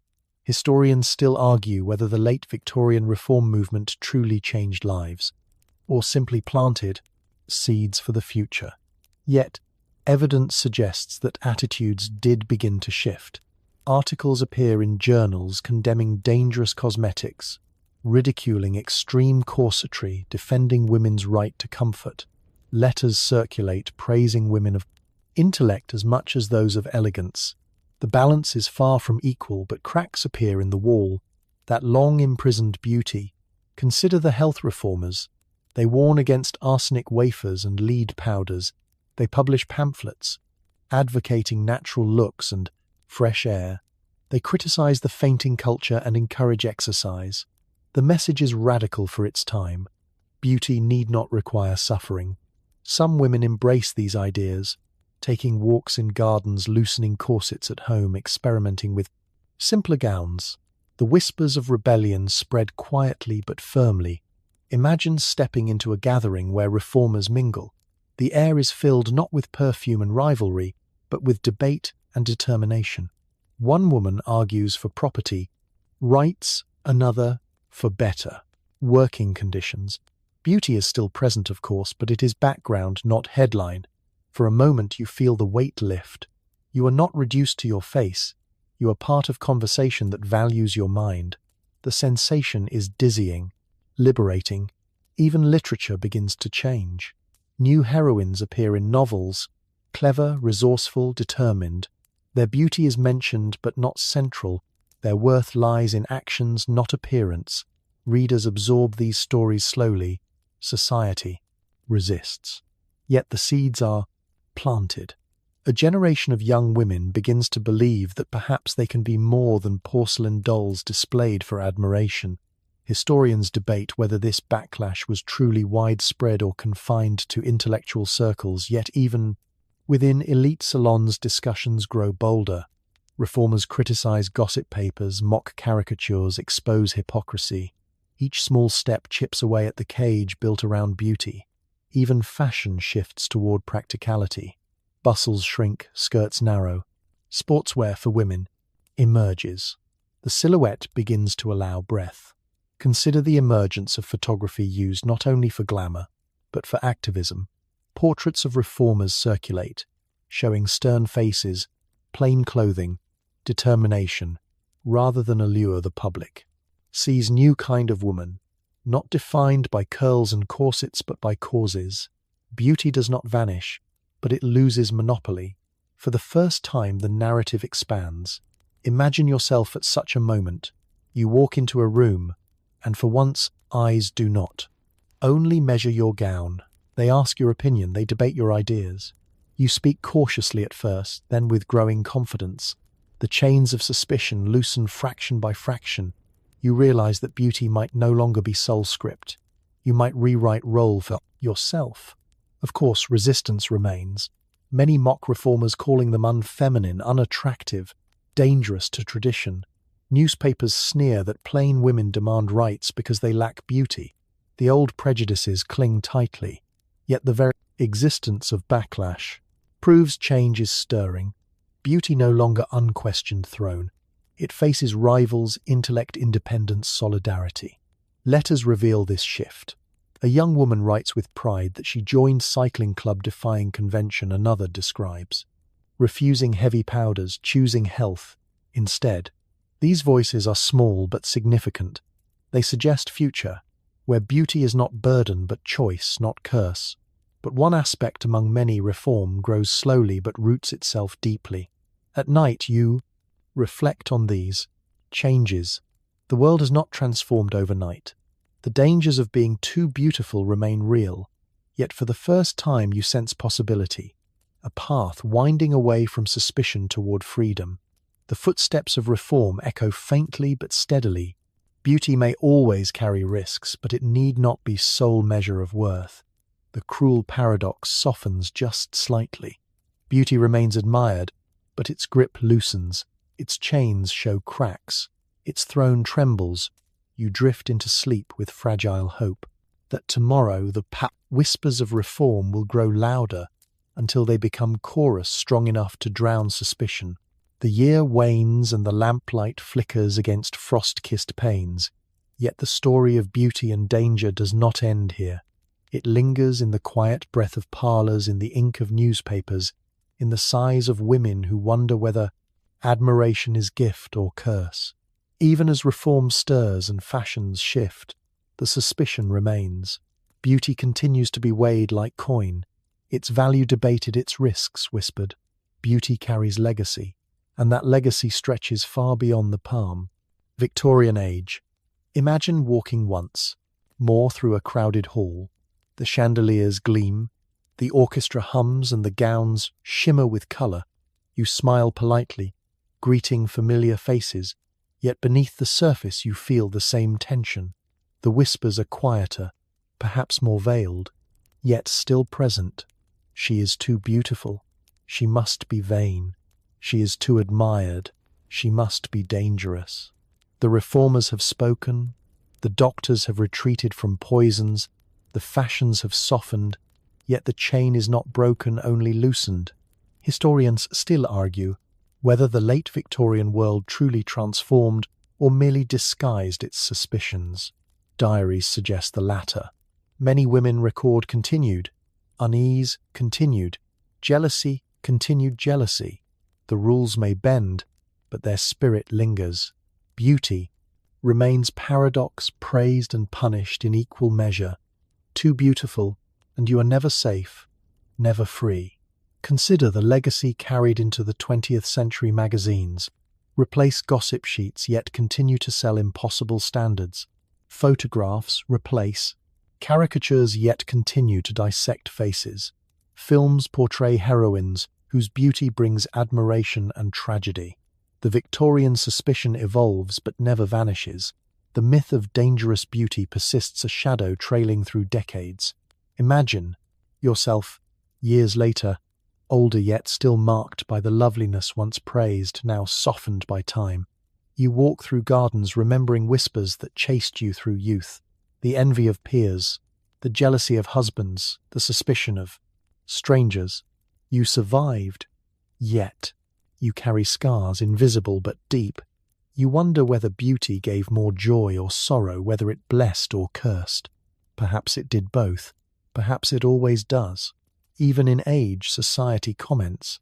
They murmur how well you preserved, how striking your eyes remain. Yet the praise still carries edge, as if waiting for you to fade entirely. The suspicion has not died, only quieted. Beauty, even when dimmed, never escapes judgment. Literature reflects this endurance. New heroines appear stronger, freer, yet still described first by looks. Novels still warn of temptresses, still crown beauty with danger. The Gothic imagination lives on, transformed but familiar. Historians debate whether women truly escaped the cage or simply painted its bars new colours. Either way, the inheritance is clear. Beauty remains double-edged sword. Imagine now speaking to younger women, telling them of the past. You warn them gently not to confuse admiration with safety, not to believe that praise is without price. They listen wide-eyed, some skeptical, some nodding knowingly, for even in their world echoes remain. Compliments still conceal suspicion, admiration still carries envy. The legacy of Victorian fear of beauty whispers still.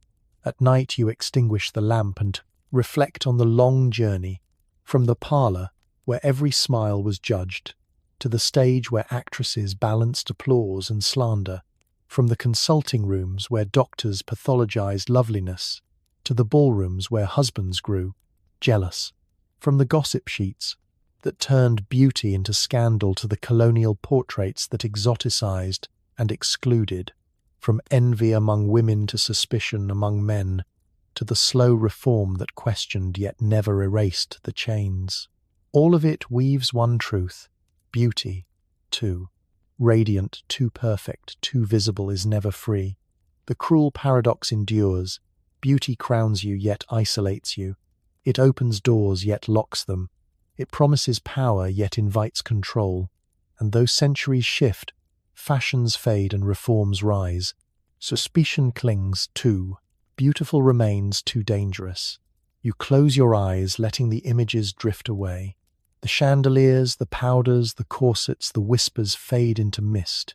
You breathe deeply, and for once you imagine a world where beauty is neither curse nor crown but simple fact, admired without suspicion, lived without chains. Perhaps one day that world will exist. For now the story rests, here in the flicker of Victorian lamplight, the echo of footsteps in long corridors, the whispers of envy and desire that shaped, lives long past. The night grows softer now, the lamps fading into memory, and the long corridors of Victorian parlours dissolving like mist. You have walked through a world where beauty dazzled, yet threatened, where every glance was both crown and chain, and you have carried its weight step by step through each shadowed hall. But here, as the story settles, you can finally let it go. Let the corsets unlace in your imagination. Let the gossip drift into silence. Let the heavy stares vanish into nothingness. Breathe slowly and feel the tension ease out of your shoulders. Inhale cool, calm air, as though you are standing in a garden at twilight. The last light of day spilling across roses, dew still clinging to petals. The judgment of crowds is far away now. The whispers of suspicion fade into the hush of evening. The only sound is your own quiet breath, steady, gentle like waves rolling softly onto a shore. Allow yourself to picture a mirror, not one filled with harsh scrutiny or anxious. The reflection but a calm surface of water in which your face appears at peace. You are not specimen, not story, not symbol, simply yourself. Resting, breathing, drifting, beauty no longer carries weight, it simply exists. Light dances across the water and dissolves into stillness. The rhythm of your heartbeat slows, matching the rhythm of words as they lengthen and soften. Each sentence a little gentler, each image a little calmer. You are safe now, no accusations, no envy, no eyes watching the long tale of Victorian fears recedes into history, and you are free to rest beyond its reach. Close your eyes and let the final glow of lamplight dim into darkness. The journey is complete. The story has ended, and here in the quiet your dreams can begin.